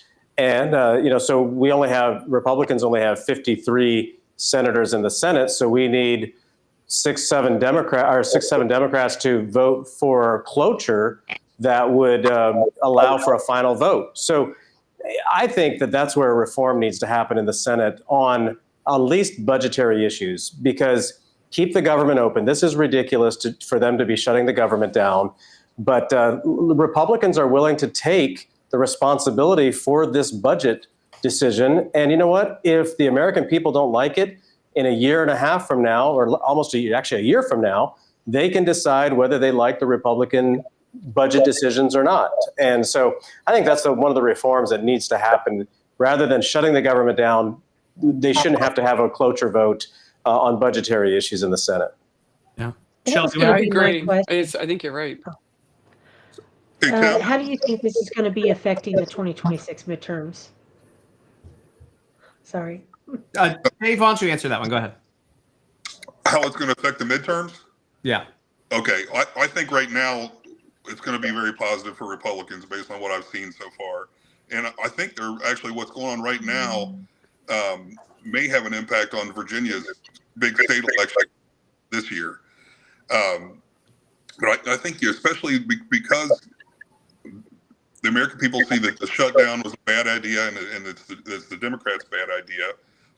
Coupled with the fact that we're going to have an April 15th between now and the next election, they're going to see what all the good things that came out of the Working Families Tax Cut Act.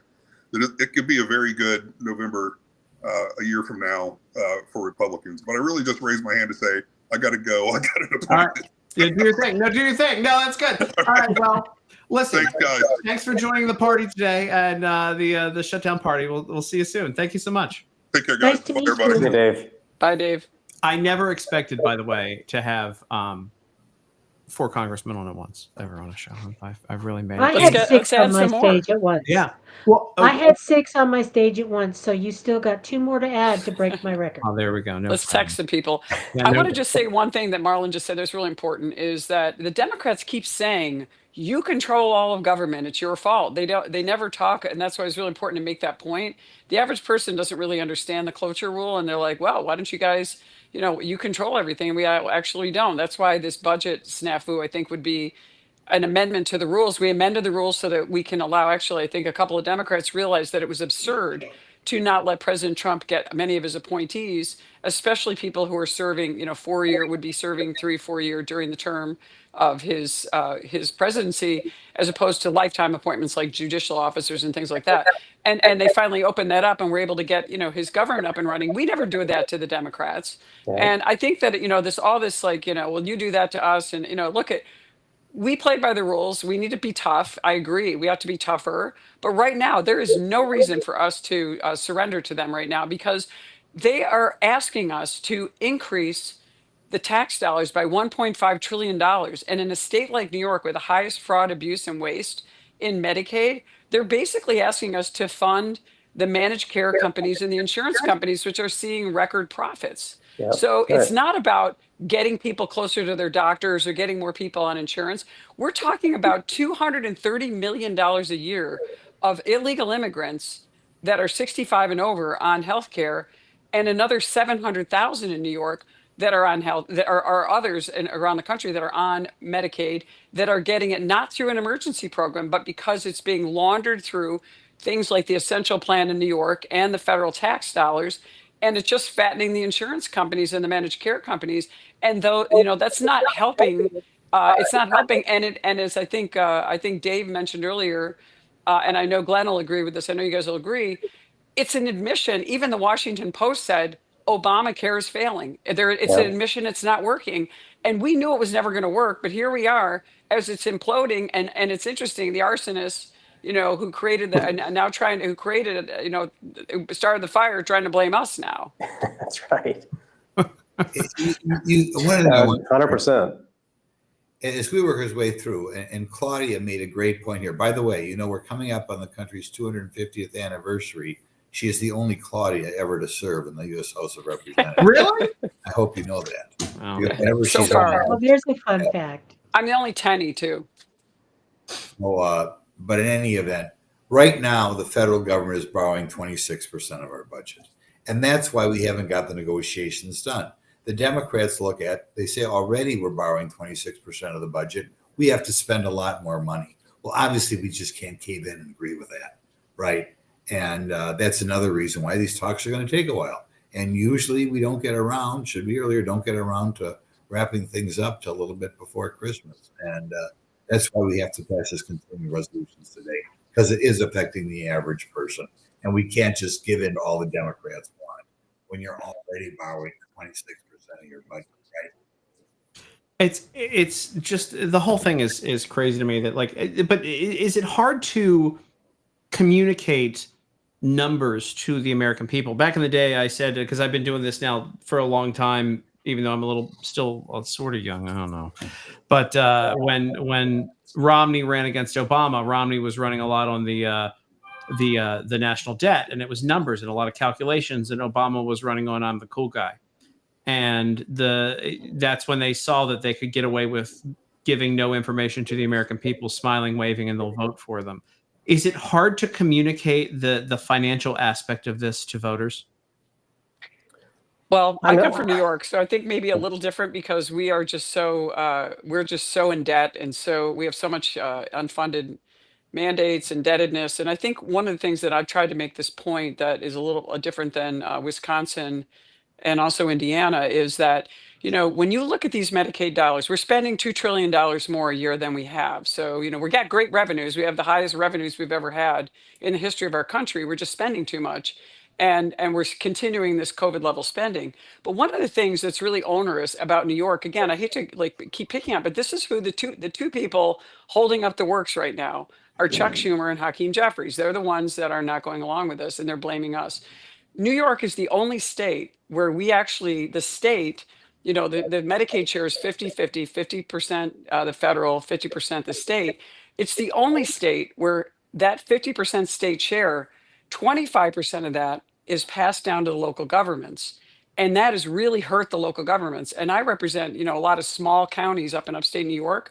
We actually pay a higher percent of value on our property in taxes than they do in Westchester and Long Island because they have high property values. They may pay high taxes, but we have lower. And so they're really killing off these rural and agricultural districts where I live because the taxes are so high and we're paying the burden with the northern border and the people flooding across the border. It's a real problem for New York. We have a lot of agricultural workers and we've been doing really great with them. But at the same time, our northern border, because of what was happening on the southern border and because of the lax laws in New York, we've seen, 90% of the people on the terror watch list during the Biden administration were coming across the northern border because they had easy access to New York, the metropolitan area, and very lax enforcement of our immigration laws.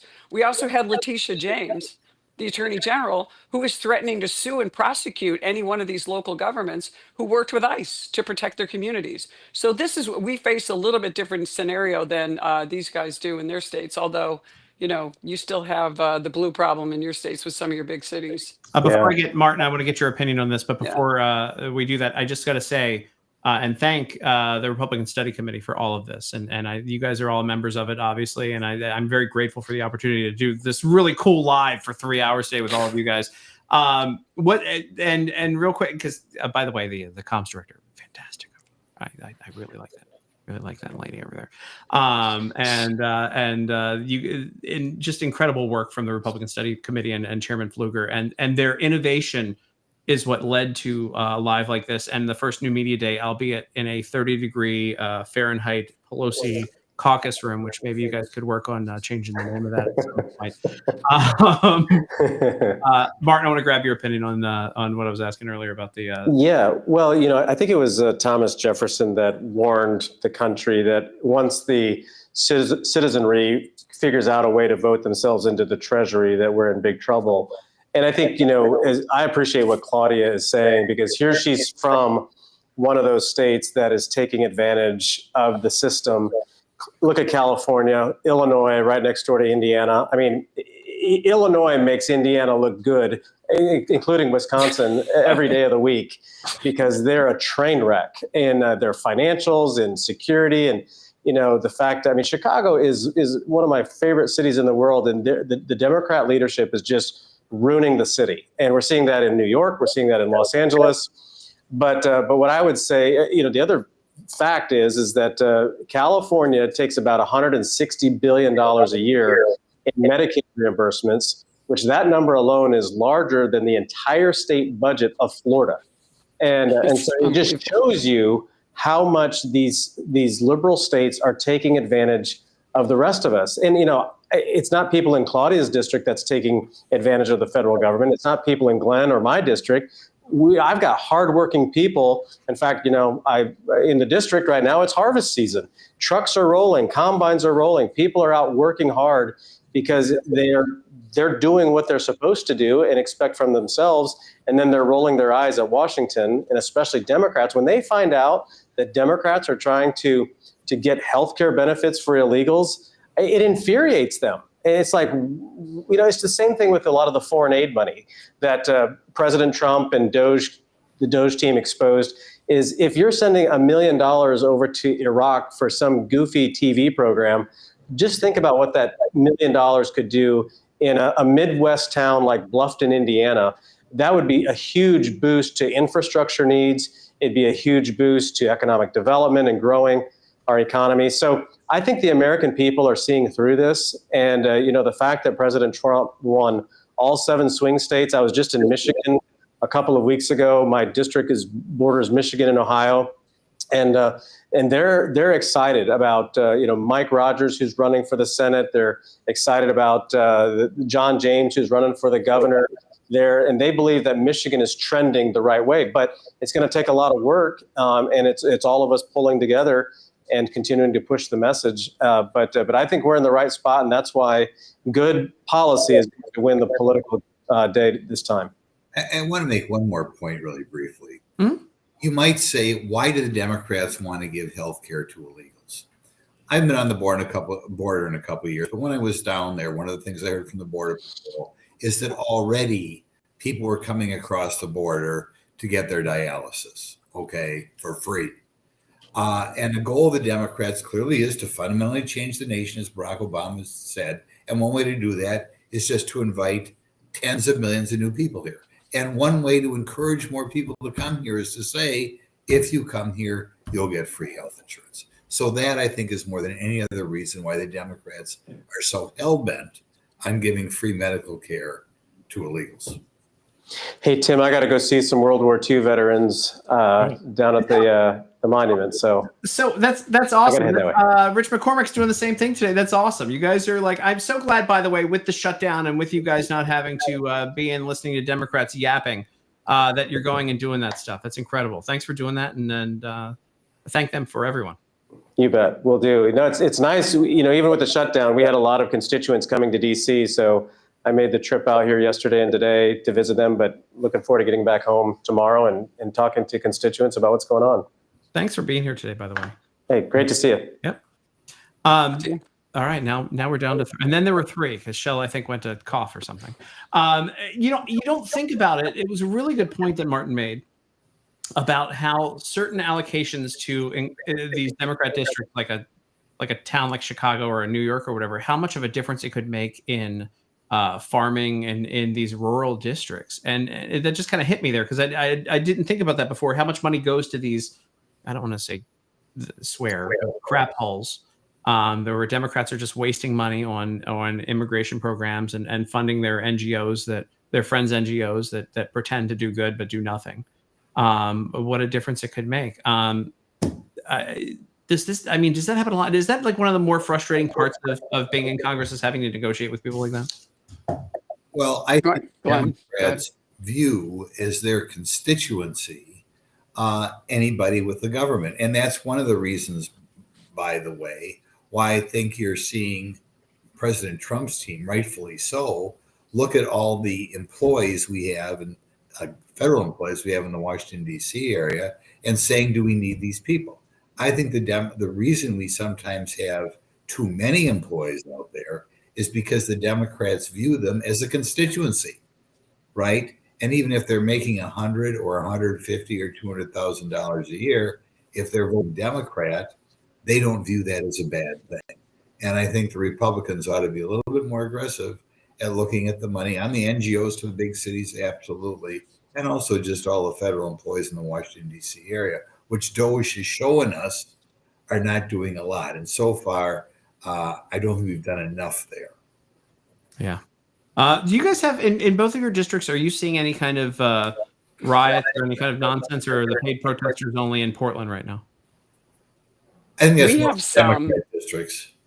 Yeah, we have small numbers of them. A lot of them are in my home county of Oswego. They go up on the bridge in Fulton and they scream and yell. And I so far have 3 Democratic opponents that have announced they're going to run, and I think they're trying to out Mamdami each other, which is not.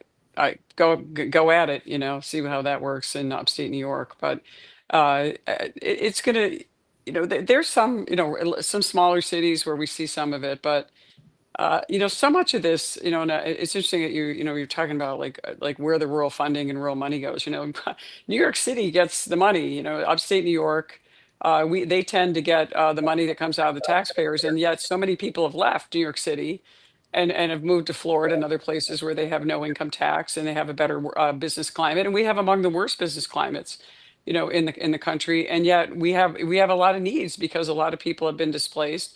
But we also have a lot of farmers. When Representative Sussman was talking about, a lot of these farmers, really don't get the benefits that so many of these, say, retired teachers and others are getting, and people on New York State pensions. But we have almost 3 million people in our state that are receiving SNAP benefits.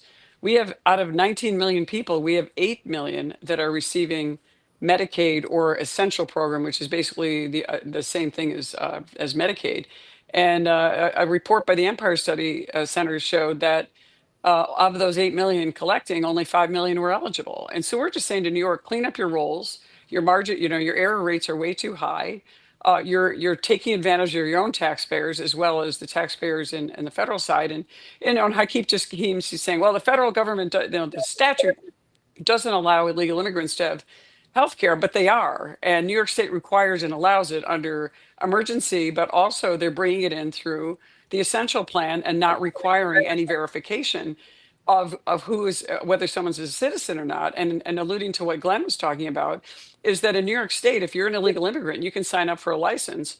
And when you go to the Department of Motor Vehicles to sign up for a license, you're on your honor to sign up to register to vote. And there's a law prohibiting the Department of Motor Vehicles or the election officials from questioning your intention to vote, even if you're not eligible. We can't go back and say, oh, you're not really eligible to vote, but because you're not a citizen.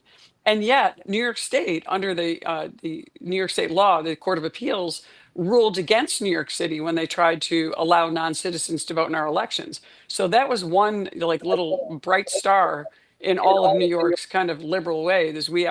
Our very left-leaning Court of Appeals, New York's highest court, said you have to be a citizen to vote, which, by the way, is part of our New York Constitution. So they upheld the law. Great.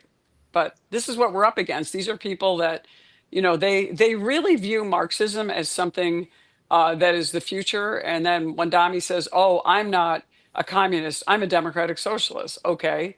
I lived in a socialist communist country. I lived in Yugoslavia in the 80s before the war. It's not the path you want to go down. It fails every time. And they're driving us that direction.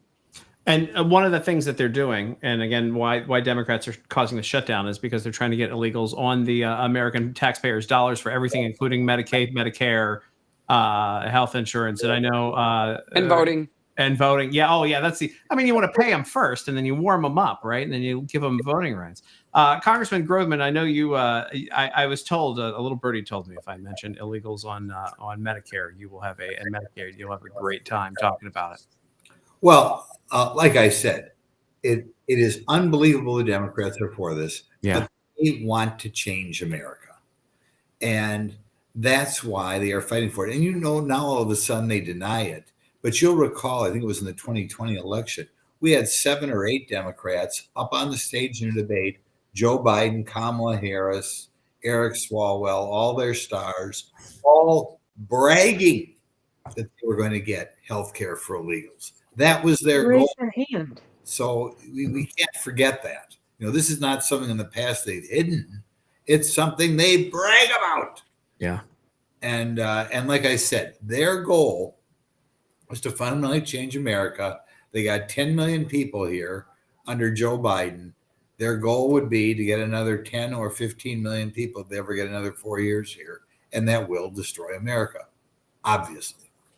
Yeah. Yeah, Tim, I got to just say this. Like, look, one of the things that's really interesting about this is that we do need legal migration, but we operate under a system in our Constitution where rule of law is paramount. So come to the country legally, and we welcome you. And I'll tell you, the people that are most against, and this is anecdotal, but I think there's some evidence, also some empirical evidence on it. The people who are most against illegal immigration are people that are new citizens. They came here, they believe in our system, they wanted to be here the right way and the legal way. I have so many friends who are living in other parts of the world that are in Canada and other countries because they can't get here legally. They want to be legal citizens here.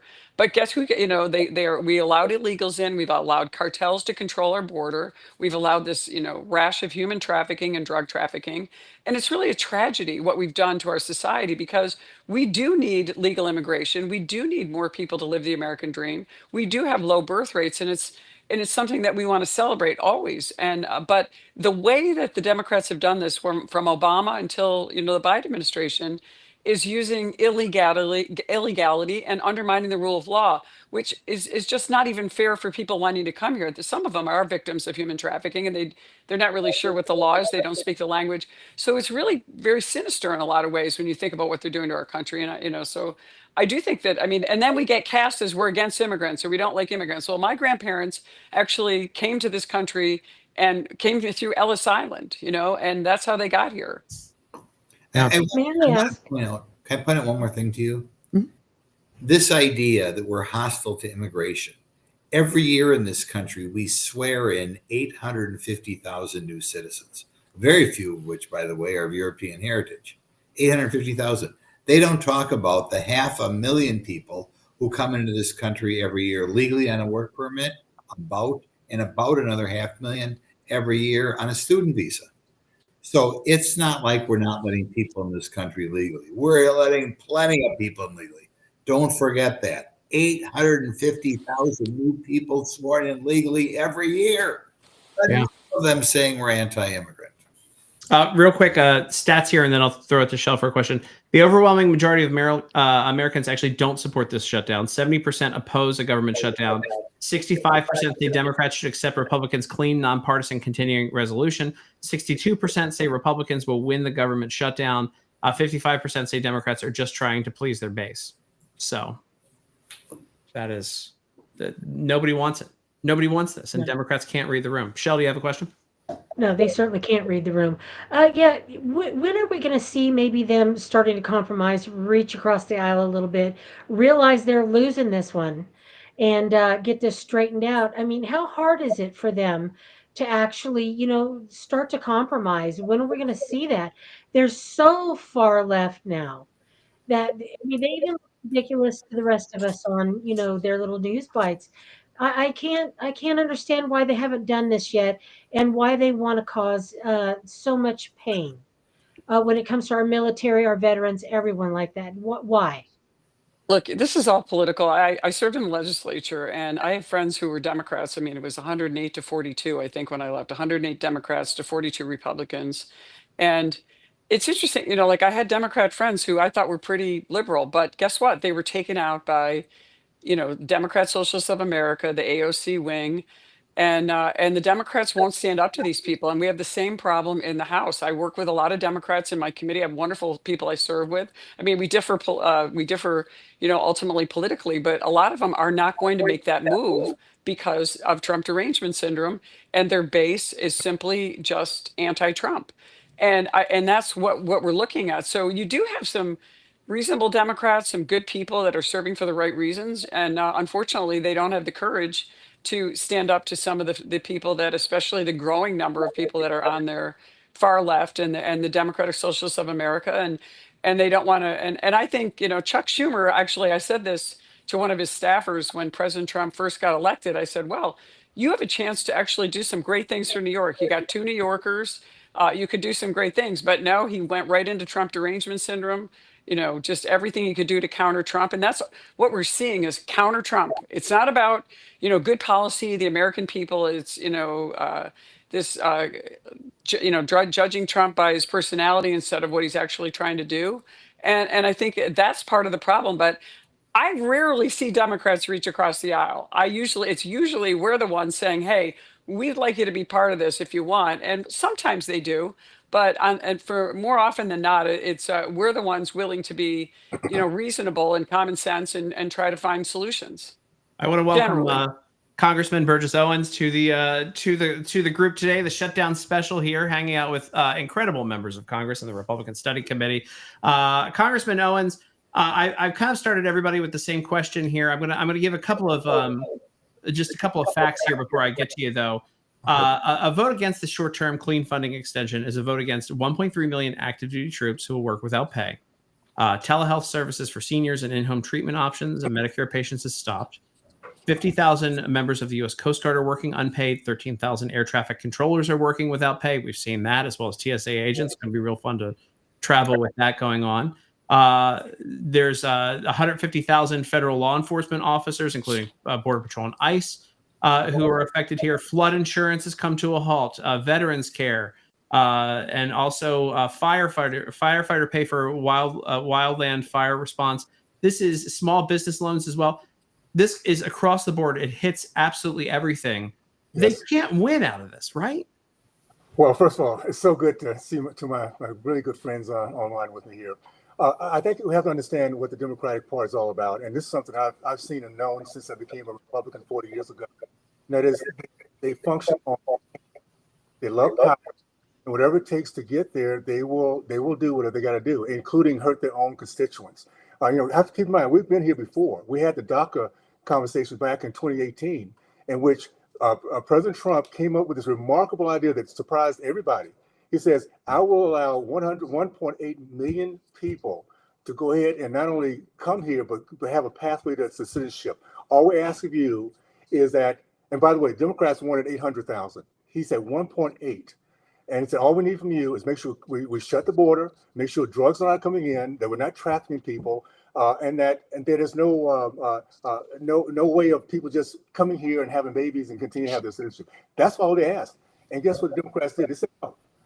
They instead went for socialized medicine and some other trans, because at the end of the day, they love keeping people in pain. Therefore, when folks have no idea of what the solutions are and when they get desperate, they look to government. They look to these same progressives that put them in the position they're in. That's what we're looking at right now. So the upside is this. We have a remarkable conference that came together as a team. This is something that's very unique for us, by the way, because we don't all agree on what we have with this process, but we do believe in our leader. So we've come together as a team and said, we're going to pass this out so that all we have to do is a clean CR, keep it the way it is, even though we still don't like the numbers. We're going to keep it the way it is so we can get our people serviced the way they should be. What do the Democrats do? We're going to bring as much pain as they can possibly bring and then point fingers at somebody else doing it. So we're going to come out of this. Okay, I think the key right now is we have to recognize what Democrats have done in the past and make sure the Democrats themselves, those who are federal government professionals, they're going to end up getting fired this time, but no longer coming back. They'll realize when they lose their jobs forever, permanently, it's because of Democrats playing games and these leaders who have nothing to lose. They're going to go back to their $1 million mansions like Sanders and be okay with it. So we're going to come out of this, I think, okay in the end. Well, Bernie only has 3 houses to go back and forth. It's a difficult life. You never know where you want to tweet from or what private jet you don't know what the meal's going to be on the private jet every day. It's tough out there. Hey, Tim. Yeah. If I may, I've gotta leave. I gotta start the Rob Manus show.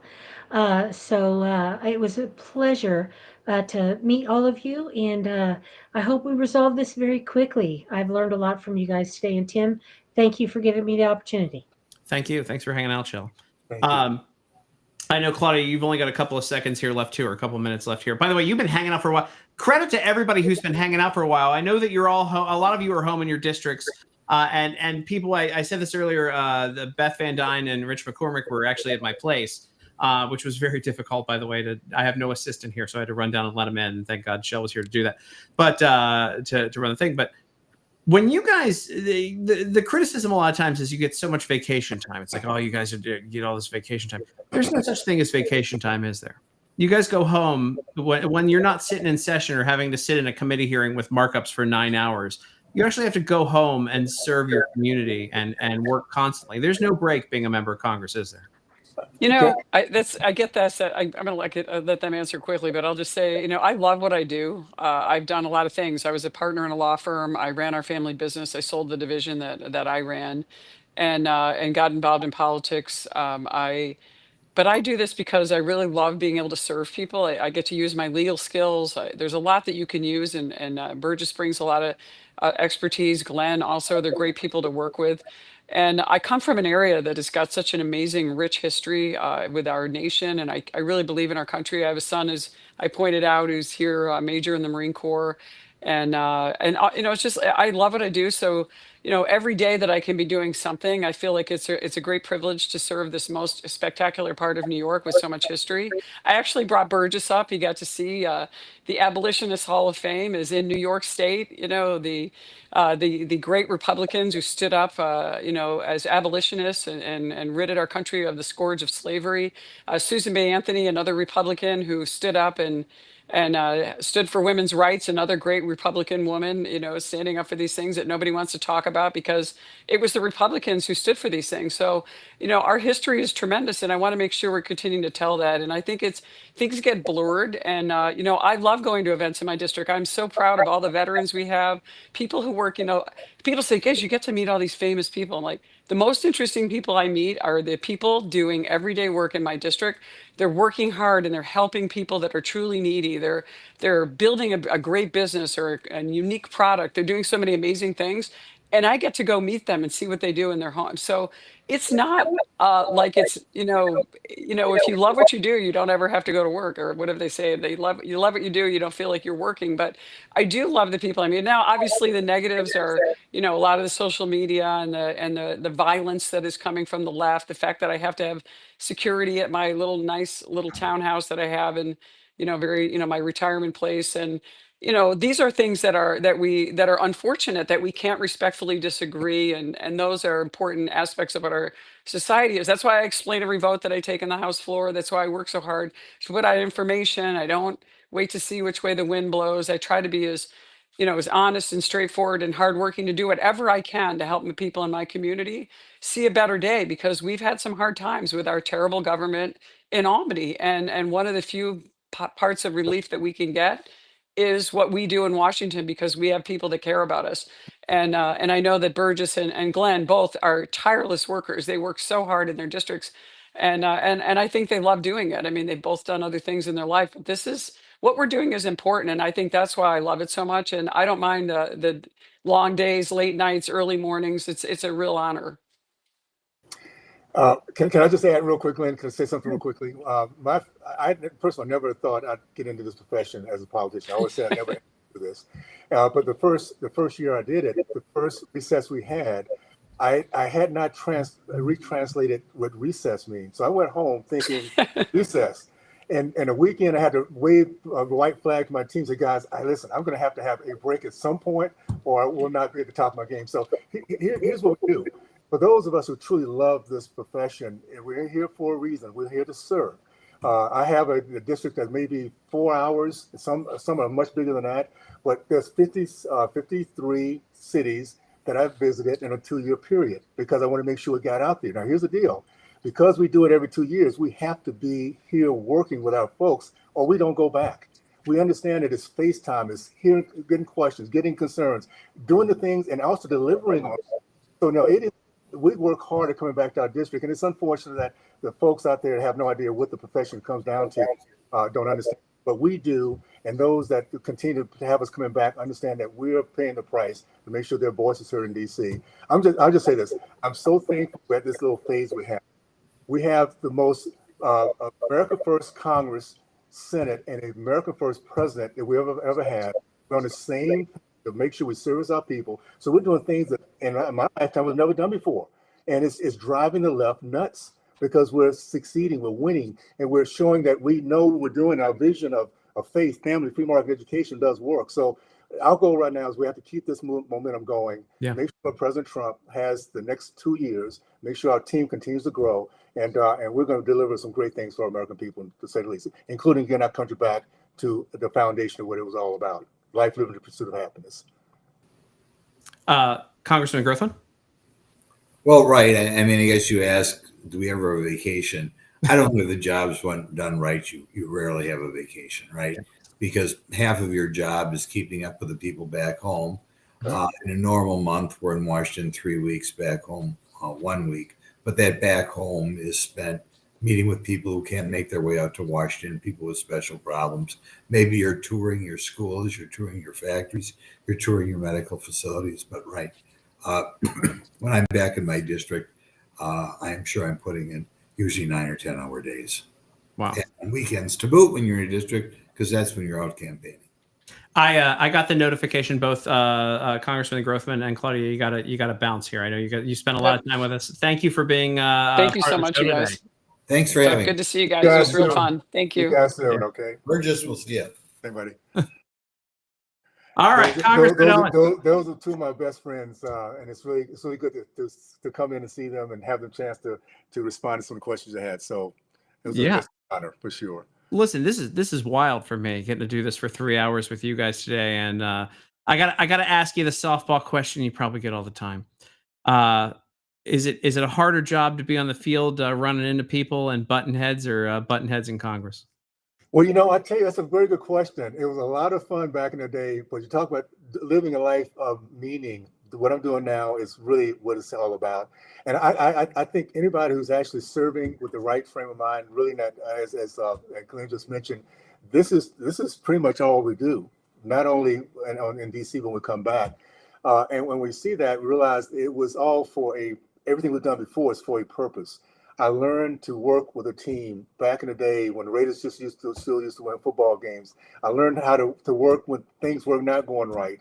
So it allows me to come to a remarkable team we have today and apply those same lessons. How do you work when it was still everybody's kind of doing their own thing? And how can you appreciate it when you finally get it? You finally say, okay, it's all about team. It's all about our leader, having support him and not ourselves. So we're living through a time of about 8-9 months now. That is so reminiscent to me of the 1980s Al Davis team, because it's about culture.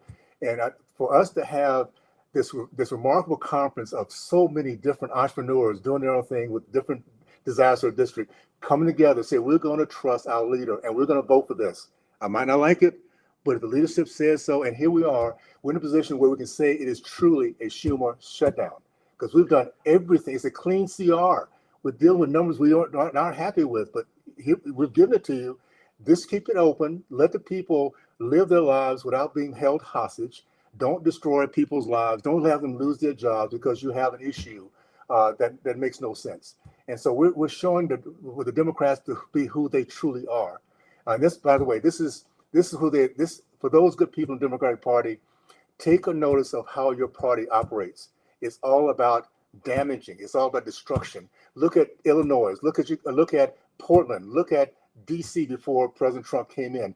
It destroys lives. it divides people, it gives people hopelessness, and it takes away God. So that's not the answer to those who listen to them. The answer is more government. And when you have more government, you have more power in those hands of those few people that are doing very well. Sanders is doing okay. He believes that shutting down, opening the government they'll lose their leverage. He said that. Mm-hmm. If we open the government, we're going to lose our leverage. So, all right, what leverage that person who's going to lose their federal job now forever? What do they have as you're playing these games? And you come back next year with still your 3 homes and all the lifestyle you'll have. So I'm hoping that the Democratic Party, those good people who just want to do the right thing, build their dreams, your party is not in control of good people anymore. It might have been in the past, but folks today are looking at you as collateral damage. And if whatever happens to you, it's okay as long as they keep their power. So I'm hoping that the American people get that, which allow us as a party to continue moving forward. As I mentioned before, our goal very simply is allow every single American that comes to this country, that enters this country, to live their life, liberty, and pursuit of happiness. It allows us to truly build a remarkable legacy and give something to our kids as they move forward down the road. Yeah. I know you have about a minute left here, but while you do that, this has been one of the few times I've been one-on-one. So let's bring in another congressman while we're hanging out here. This is such a cool event from the Republican Study Committee. Good seeing you, buddy. Good to see you, my friend. Can I say this before we get started? Yeah. I had the opportunity of Virginia Fox asked me to do something at the end of last year. Say, get a chance to know all the freshmen coming in. First time I've ever done this. So I sat down with all the freshmen. I'll say this: I've never seen a more talented, pro-American freshman team than the one we have now. So that being said, welcome aboard. Well, Burgess, you're very generous, and yeah, we're so grateful to have you as part of the team and leading, especially on the education issues. You've been incredible at providing new opportunities to folks, and you're the leader on education in our caucus, and we appreciate all you do every day out in Utah. Thank you, buddy. I appreciate it. Can I just ask you this, since you guys are both here? What's it like being a freshman member of Congress and then having someone as great as Congressman Owens? And I don't know about that, but that's fine. I've liked your work for a while. I've had you on radio a bunch back in the day and stuff like that, and I've seen your hard work now getting in there and like really like you're one of those guys that like hit the ground running, and I'd imagine it's a great example for someone like you. Can I answer that first question first? First of all, I have always had trust in American people to finally get it right. I think we're going to look back on history and say that November of 2024 was a game changer. We were literally going over the edge.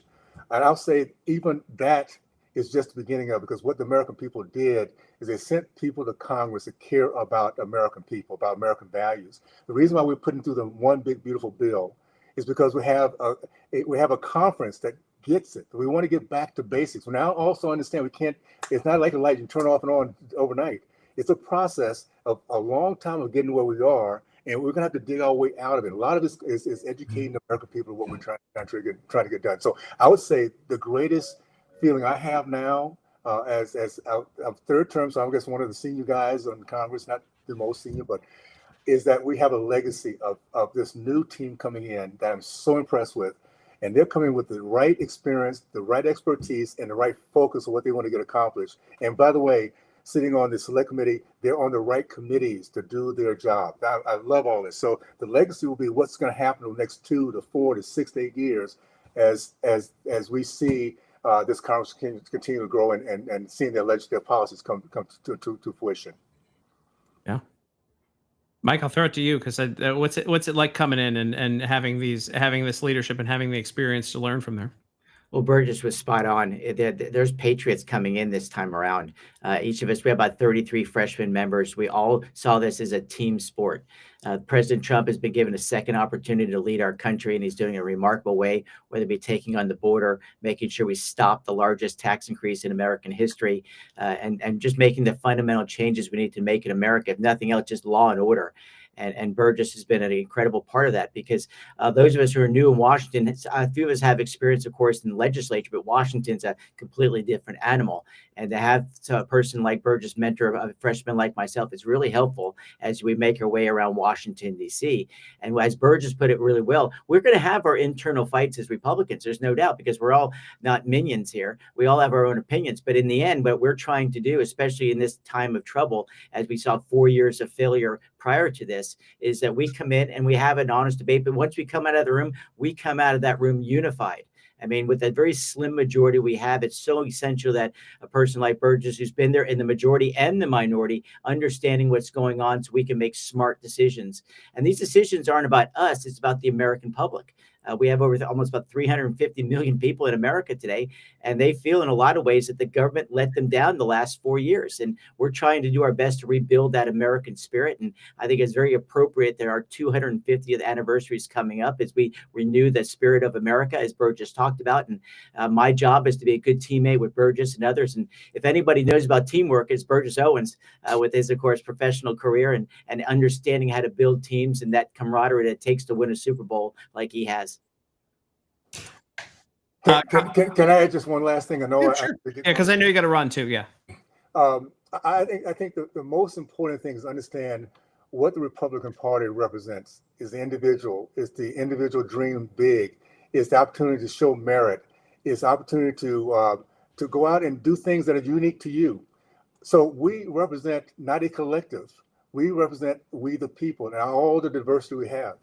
What is so easy for the Democratic Party as a collective is to get anything through because they will vote the same way every single time. You don't hear diversity. You don't hear dissension. If they don't do the right thing as a collective, they will be destroyed. On our side, we're different. It's like ground up. So you can have all these different thoughts and all these debates. And in the past, it's been so difficult. I'll tell you, the miracle is we don't have a 3 to 4 seat margin and we're winning. I mean, the miracle that's my third term, the last 2 terms, we've never come close to have this type of unity. So I would say part of it is the fact that American people are waking up. They're getting more engaged. They're bringing the right people to DC. I have so much respect for this freshman team because I see them. There's a row of them below me on my TNI. And I look at them and say, man, this is such a cool group of guys that are going to be doing some good things.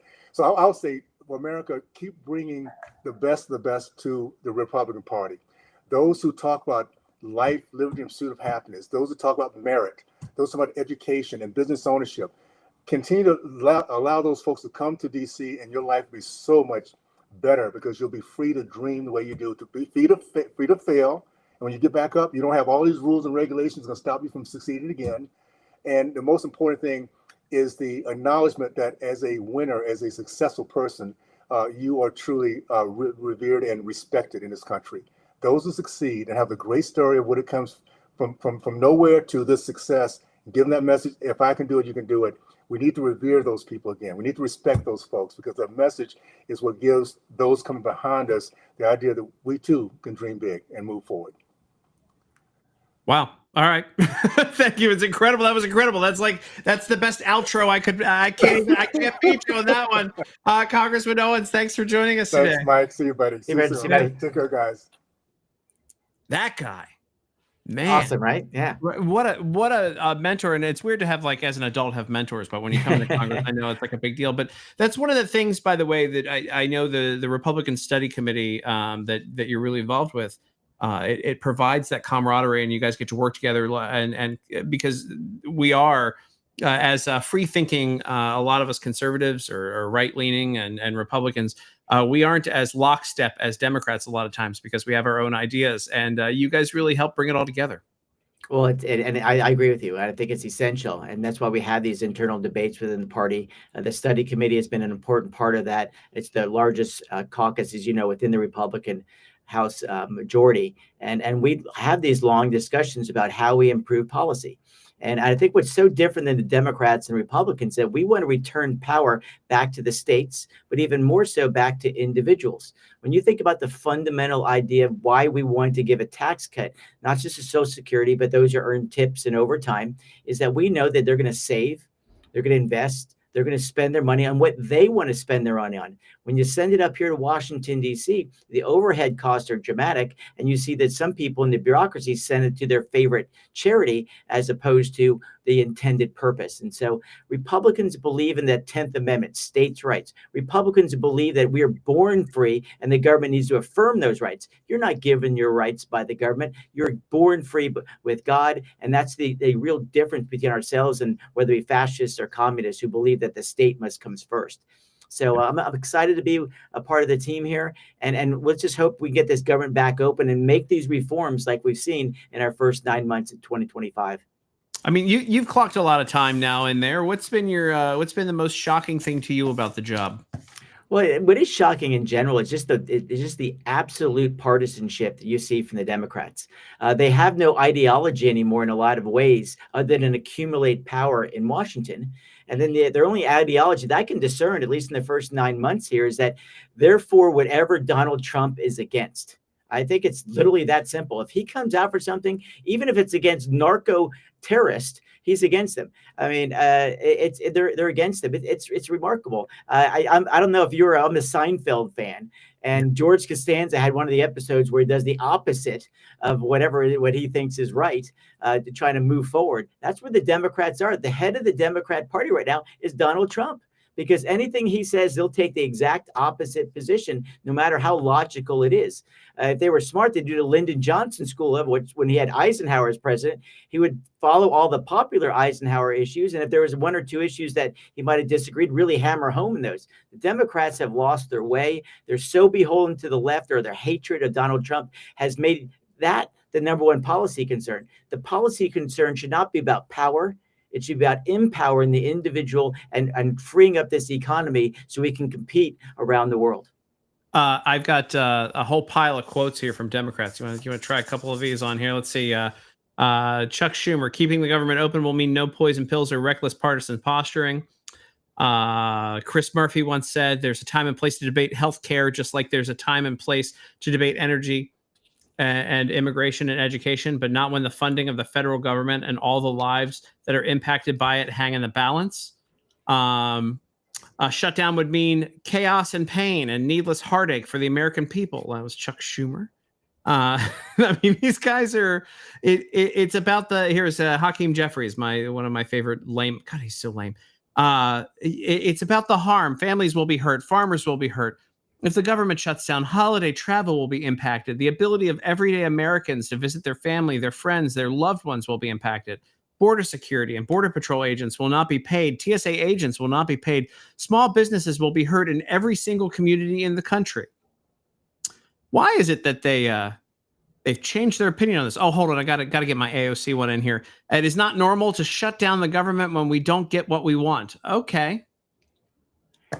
It's who they are. Their guiding principle is one thing: power. That is their guiding principle. That is it.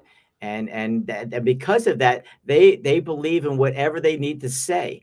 And the old communist mindset was the ends justify the means. That's their mindset. How do they reacquire power? They will say or do anything to reacquire power. I mean, think about it. Chuck Schumer's been in the United States Congress since he was elected in 1980. And with that in mind, he's in a position where entire career he says shutting down the government is the worst thing, the worst thing you can do. And here he is shutting down the government. And for what benefit? I mean, does he really think we're going to suddenly say Obamacare is a good idea? Obamacare is a failure. That's why they need all these subsidies. And remember, they said not just drive down cost. They said that when you could be able to keep your doctor. I mean, clearly now, 15 years later, it was proven to be an absolute falsehood. And it's the reason why Republicans have the majority and why we need to exercise that majority to have common sense when we look at healthcare, as opposed to just subsidizing people in a failed system. Yeah. We've got another guest here because it's been so rare to have just one person on today. Congressman Jimmy. Who, by the way, can I call you Jimmy? Can I call you Jimmy? Of course. I'd be offended if you didn't. All right. So we have a mutual friend in Stan Houston, I believe. I think you guys are. Yeah. And Stan used to say all the time, Stan? I don't know, social media or something. And now he's doing Stan's football. like a celebrity. He is. He was the big. He slapped Oprah. I think it was his big thing in a film. He got to slap Oprah. I think it was taken out of the film. Yeah. But yeah, now I haven't seen a lot of him on social media lately. I don't know if he's kind of like okay, good for him. He's doing it. He's doing funner stuff than social media, you know. But he used to say all the time, Jimmy Petronas is going somewhere. He's going places. He's a good friend, Jimmy. He's going places. That's kind. But welcome to the show. Listen, I think it's great that the Republican Study Committee is doing this, putting this on. And by the way, congratulations. You're the most recent member of Congress. Are you the newest? I like to say I'm the lowest ranking member of Congress. That's about right. Yeah. Yeah, that is about right. We do have two that have come up since then, but Mike Herodopoulos, who used to be the Senate president, is still, as always, is one of our leaders that we look up to in our class. So it's a blessing to have a teammate from Florida that I've trusted for so long, lean on, and you know what? I think we're making a difference. He's losing his Wi-Fi there. We'll see if we get him back. That's, you know what? Can I just tell you something? I've done almost 3 hours of show right here, and that's the first technical issue we've had the entire time. Not bad. Look, Jimmy's hit the ground running. I mean, he got elected in the special elections, you all know, earlier this year. Very important vote, as every vote is important right now. And as you probably know, Jimmy's a fellow Greek. The Greek caucus in Florida is up to 3. And we're growing, but Jimmy's been a real leader in Florida, and that's the kind of leadership you need in Washington, D.C., especially on these healthcare and insurance issues, where he was the state CFO, of course, a statewide elected official. And the fact that he made the sacrifice to come up here to Washington really makes a difference. As Burgess just said, we need able, capable people here in Washington, and that's what Jimmy is. He's a person who didn't have to learn the ropes. He knew how to jump right into the action, and he represents such a vital part of our state dealing with the military. And I'm just thrilled to have him here with us, because we need people we know that we can trust, and people who don't want to just tear things down, but to build things. As you used to say, any jackass can knock down a barn, but it takes a carpenter to build a barn. And Jimmy's a carpenter. He knows how to get things done, and he'll be a big success here in Washington because he cares about his community. He loves this country, and he understands how to be a team player. And that's what it takes. When you're in the legislature or the Congress, you need that team player. And fortunately, we have an amazing speaker in the House, Mike Johnson, who's been so inclusive to Jimmy and I, who are new freshman members. Let me ask you this, since you guys are both here and you're both from the same state. What's it like? Because obviously you've worked on the state level and then both transitioning up. Do you guys complain to each other in the hallway about how inefficient Congress is and how it was much better? And probably, look, I'm biased because I live in Texas, but if I didn't live in Texas, I'd be living in Florida, because you guys have one of the best governors and one of the best legislatures down there. You got a nice, you've got a state that runs the way that states should run. Mike, Jimmy, go ahead. No, go ahead, please. Look, I feel like we've been spoiled in Florida. There's been a number of things that help us in Florida. And look, some of this is just good leadership. I like to reflect on how, Rick Scott was governor for 8 years, and he came and became governor of Florida with double-digit unemployment. We had a economy that was in the ditch. And, and still to this day, he likes to reminisce, and he says his 2 favorite years as governor is when Mike Herodopoulos was Senate president. That was where the foundation, in my opinion, of starting to turn our state around started. And then so you got, Governor Scott then turns over the keys to this well-run business that's got a nice profit and very efficient over to Ron DeSantis. And Ron DeSantis has really been able to leverage, a state that's been healthy financially. And then you had a number of factors that have worked and I think in our state's favor. And we're white hot right now. Last year, were 400,000 new net Floridians called Florida home.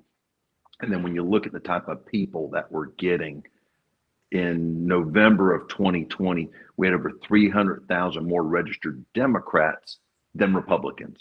Now in Florida, we've got almost 1.5 million more registered Republicans than Democrats. We're no longer a purple state. We're a red state, and leadership counts. And it started with Rick Scott, and it's continuing with Ron DeSantis. Well, I would just add, I think Jimmy put it perfectly. I mean, we really believe in the foundations of the Republican Party. We believe in the free market principles, the rule of law, and just common sense in a lot of ways. And that's the real difference. And when you bring people who have these experiences in Florida up to Washington, we're trying to make Washington see a lot more like Florida. My biggest frustration being in Congress are these committee meetings where you just have 5-minute speeches, usually for social media. That's a little frustrating. But beyond that, there is a real camaraderie in our caucus. We are strong right now in saying we should keep the government open. We're showing a real contrast with the Democrats, and we're going to do everything in our power to simply empower people, as opposed to bringing more and more of this power to Washington, D.C., which seems to be the only agenda of the Democrats. And they're playing this leverage right now to the detriment of people who go go to work every single day. And for the people who paid taxes and now they're not going to get the services they paid for. So Tim, I appreciate the good work you're doing. I know Jimmy's going to take over for me, but again, Florida's in great hands with Jimmy. And of course, Randy Fine just came up with this. We're just excited to be a part of the team. And this is what it's going to take, teamwork to get us through these tough spots, especially when we take on the mainstream media. And we appreciate shows like yourself. You tell it how it is, and you're willing to ask the tough questions as opposed to just giving the patty cake to the Democrats. Thanks so much. Thanks for being here. Thanks for all the work you guys did in Florida, man. You did it down there. You managed an efficient Senate. I've never seen that on a national stage. So, thanks so much. Good to see you. Have a great week. Bye. See you, Tim. All right, you're taking us to the end here, Jimmy. We got 10 minutes left in this live, and I'm excited to be here. Man, what is it like when you work in an efficient state, when you're on the state level, right? And things are moving and things move in the proper structure, and you got a balanced budget, you got a legislature that knows what they're doing, that's got it together, that's organized, and then you show up to a national stage and you have Democrats just mucking up everything you can possibly do so that you can't get through literally what was mandated by the American public. Well, so in Florida, when I came up through the ranks, it was during the real estate crisis. So the foreclosure crisis crippled the state's revenues. So I was used to, at least brought into Florida where we didn't have the free flow of money that we have now. And so now I'm just not used to spending money. And so, you know, the one upside that I can say that this crisis and the shutdown is giving some opportunity to reflect on is, all right, now that government is not functioning, now is a good opportunity to look at what parts of government are people not looking for, or they're not asking for, that aren't being utilized. And I really hope that, you know what, I hate to say it, if the Democrats are going to force this to shut down, to take place out of the Senate, then let's go reevaluate what services that people really didn't know were shut down in the first place. Yeah. I want to talk about this because I'm trying to pull up footage, and I guess I can't because it's too deep in my computer right now. But I just went to the border last week. I was down in McAllen with the president of the Heritage Foundation. We're doing some really cool stuff with the Heritage Foundation, filming documentaries about what's going on. And right now, the border's quiet. We had a delightful boat ride on the Rio Grande. It was kind of fun down there. And they go, we would not have been able to do it like this, under Biden. Well, and you hit the nail on the head. You can imagine how it sent chills through the spines of the cartels when it was announced in November that Donald Trump had won the election. Those guys knew that business as usual was over. No more human trafficking, no more transferring of drugs, no more bags loads of cash. Thank God for Donald Trump. Yeah. But right now with this government shutdown, it's hitting border agents, it's hitting military members on the front lines. I kind of, I'd love to get your opinion on that, because I mean, they are our first line of defense is getting struck. So, and I wouldn't be surprised if that's not part of where the crazy Democrats are going with their strategy. 7 days from now, these border agents and our military will be facing a potential payday with or without a paycheck. And now you're also seeing the problems we're having with air traffic control, as the FAA is instituting massive slowdowns in air traffic, because when we have air traffic controllers that are calling in sick, and some of this is legit, some of it may not be legit, but it's, again, part of a pushback of the system that, we need a functional government. You're starting to see more and more pressure. Hopefully the Democrats will come to the table and, you know what, get the government running with a clean CR. The crazy thing about it is they did this multiple times. The Republicans worked with Democrats under the Biden administration, but now it's different because of Chuck Schumer cannot afford to be aligned with Donald Trump for anything. Yeah. Well, he's afraid he's going to lose a seat to AOC. So yeah. And there's some inside baseball, and I hope people care about it. I mean, we kind of live in this gumbo. Hopefully others care about it. But I give out Chuck Schumer's office phone number with every interview that I do. Just if you're affected, I hope you give him a call and let him know.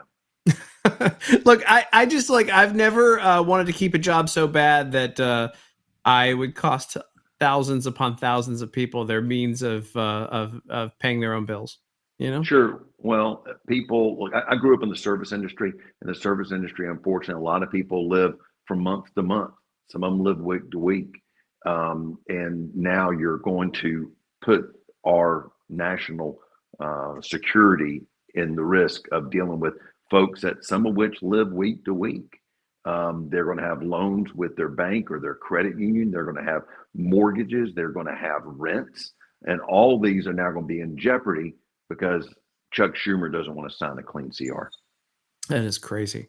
By the way, I gotta plug the kind folks who put this all together today, and an organization that you're a part of. Hold on, let me pull up my. All See, right. I'm good at these little things here. The Republican Study Committee. Mhm. There we go.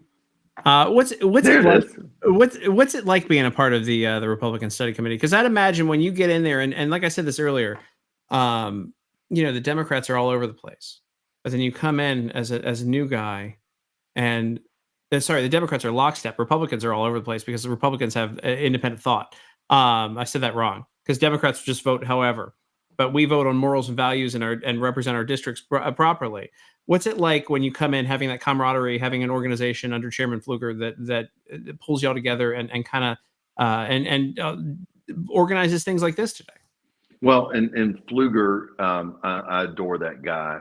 He former fighter pilot, trained in my hometown multiple times. As soon as I got to Washington D.C., embraced me, wanted to make sure that I had the support that I need, and now you can lean on the Republican Study Committee, especially when it comes to questions and answers of the process, questions, the answers on policy positions. So, I mean, look, a lot of people go to Washington.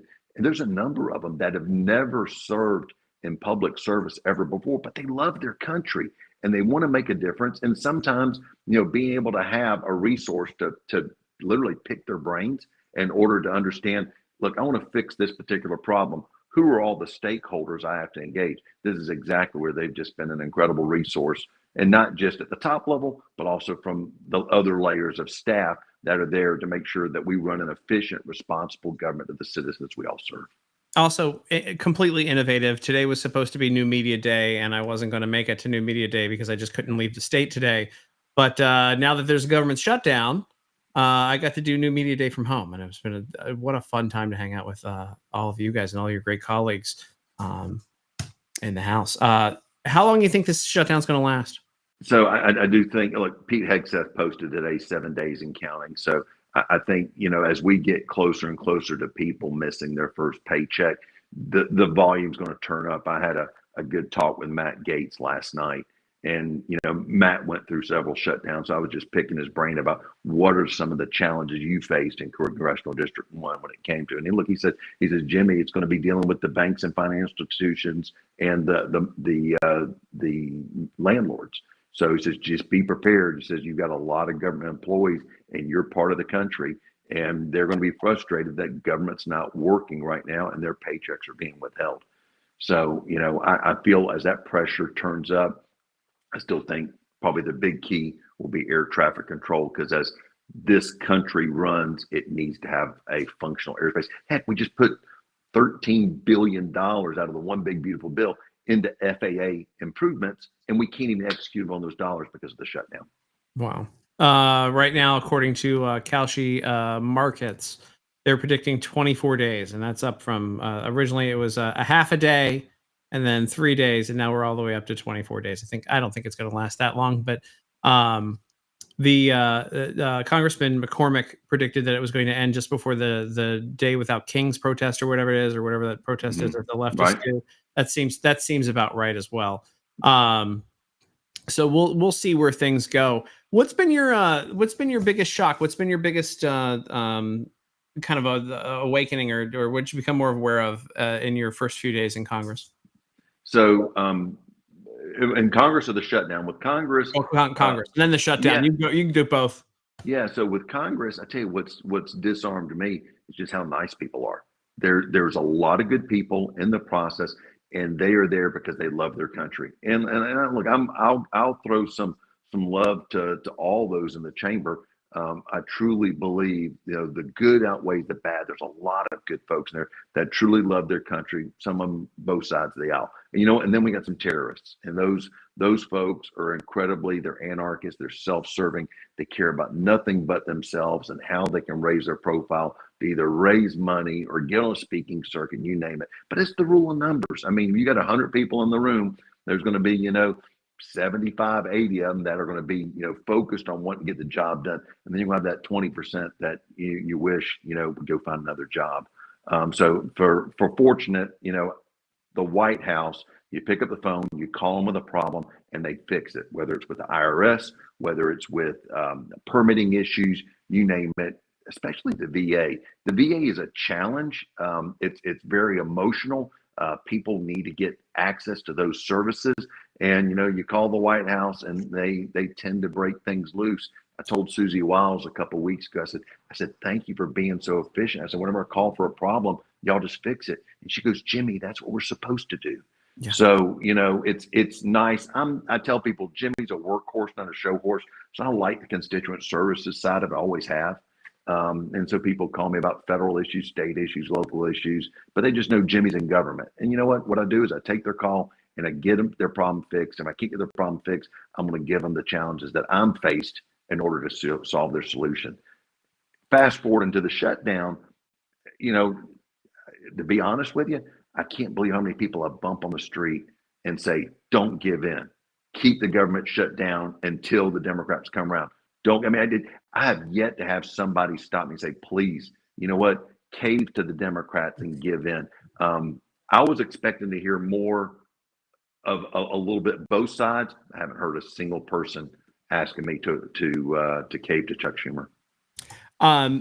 Last question for you here, because I know it's you got to go back to doing your work, and I'd imagine it's an interesting shift from what you used to do as CFO of Florida.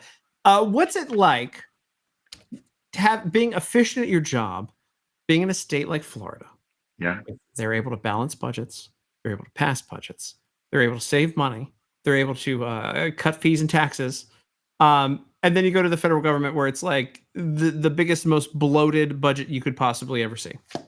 You got to find your victories, and the victories that I savor are the ones where we help people navigate the challenges of working with their government. And so I give out my cell phone number to everybody. They call me for all types of crazy things, and my staff. The great thing about it is I'm very fortunate. Everybody that's working in my office in Washington, D.C. and in the district came with me from the CFO's office. So I've already worked with these people, some of which for 8 years, and they're part of this team, and they already have worked together with each other. So they know what my expectations are. And I told them, I said, if we, when you go out to eat, it's incredibly competitive. You can go anywhere to enjoy that birthday anniversary. So, but when it comes to government, I tell people, I said, in the restroom is, take care of the customer, somebody else will. Yeah. And in government, I tell my people all the time, I say, if you don't take care of the customer, I'm going to find somebody else that will. So I've got a culture. It didn't happen overnight. But I've got a culture where we like fixing things for people, and it's rewarding and nourishes our soul. And I truly believe, it's not about the money. It's about the victories of making people's lives a little bit better. And shouting out your staff. It's one thing to become a congressman, but leaving that great state of Florida to go to DC to work, man, nope. Nope. I left DC a while ago to live in Texas in a nice little place here. I don't know, man. God bless those people for really truly wanting to serve their state and their district by moving up with you. So, well, and God bless Texas. Texas keeps Florida competitive. That's true. So I feel like the more that we can, be envious of each other, the better off the citizens and the taxpayers are. But I'm not moving to DC for nothing. So yeah. I'm staying where I am. So good Smart stuff, man. Yeah. Thank you so much for all you do, and thanks for wrapping up today with us here with the Republican Study Committee, hanging out with me all day long. The shutdown special that we did, and I hope to have you back on soon. Sounds good. Take care. God bless. Thank you. See ya. All right, so here's where we are, guys. I want to thank the Republican Study Committee. Let me blow myself up full screen. I want to thank the Republican Study Committee for having this this day with me today, and every one of the congressmen. Hold on, let's go to where did I put the list? Did I pull the list down? I mean, that was a list. There was a lot of them. Thank you, every one of the people, for hanging out, and Rich and Beth for stopping by. And what a day. What a day today. And before we go, one more time, I want to pull up. Let's see where Kalshi says that this is going to end up. 24.3 days. It's increasing. I almost feel like this live is making it go even more. 24.3 days. Republicans want this over with. Republicans want to be able to fund our first responders, the people on the border, the people who are in the military. They want people to have flood insurance, especially in Florida when it's hurricane season. They want TSA, and I want TSA and air traffic controllers paid so that we can have safe travel there. Again, there is so much that gets shut down right now in this Schumer shutdown because of this desire to give free handouts to illegal immigrants and to continue to fund the propaganda wing of the Democrat Party in PBS and NPR.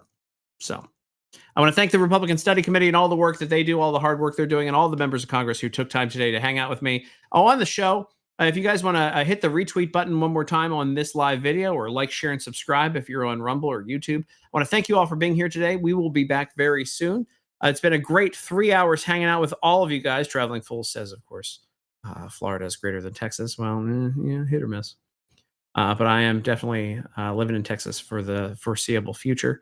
And and Mrs. Positive says we don't want to fund illegals. Yep, exactly. And thank you for saying great job. Great job to everybody in the chat. And thank you, Shell, for being here as well. Hot Tamale, go make sure you pay attention to her. And Shell shocked at everything that she's doing over there. So I want to thank you guys for being here today, and look forward to the next one of these that we do. We're going to be hanging out more and more. And also thanks to the staff over at the Republican Study Committee who made this possible and did it on a day's notice, by the way. 1 day's notice. That's how efficient the good folks over there are, in particular, Callie. Thanks for doing this on literally a 1 day notice. We got 5% of Congress to show up to a live. So thanks for all of your help. Thanks for everything you do. And make sure you go over to Kalshi.com/Tim Young, and see exactly how long the markets are predicting this shutdown is going to last.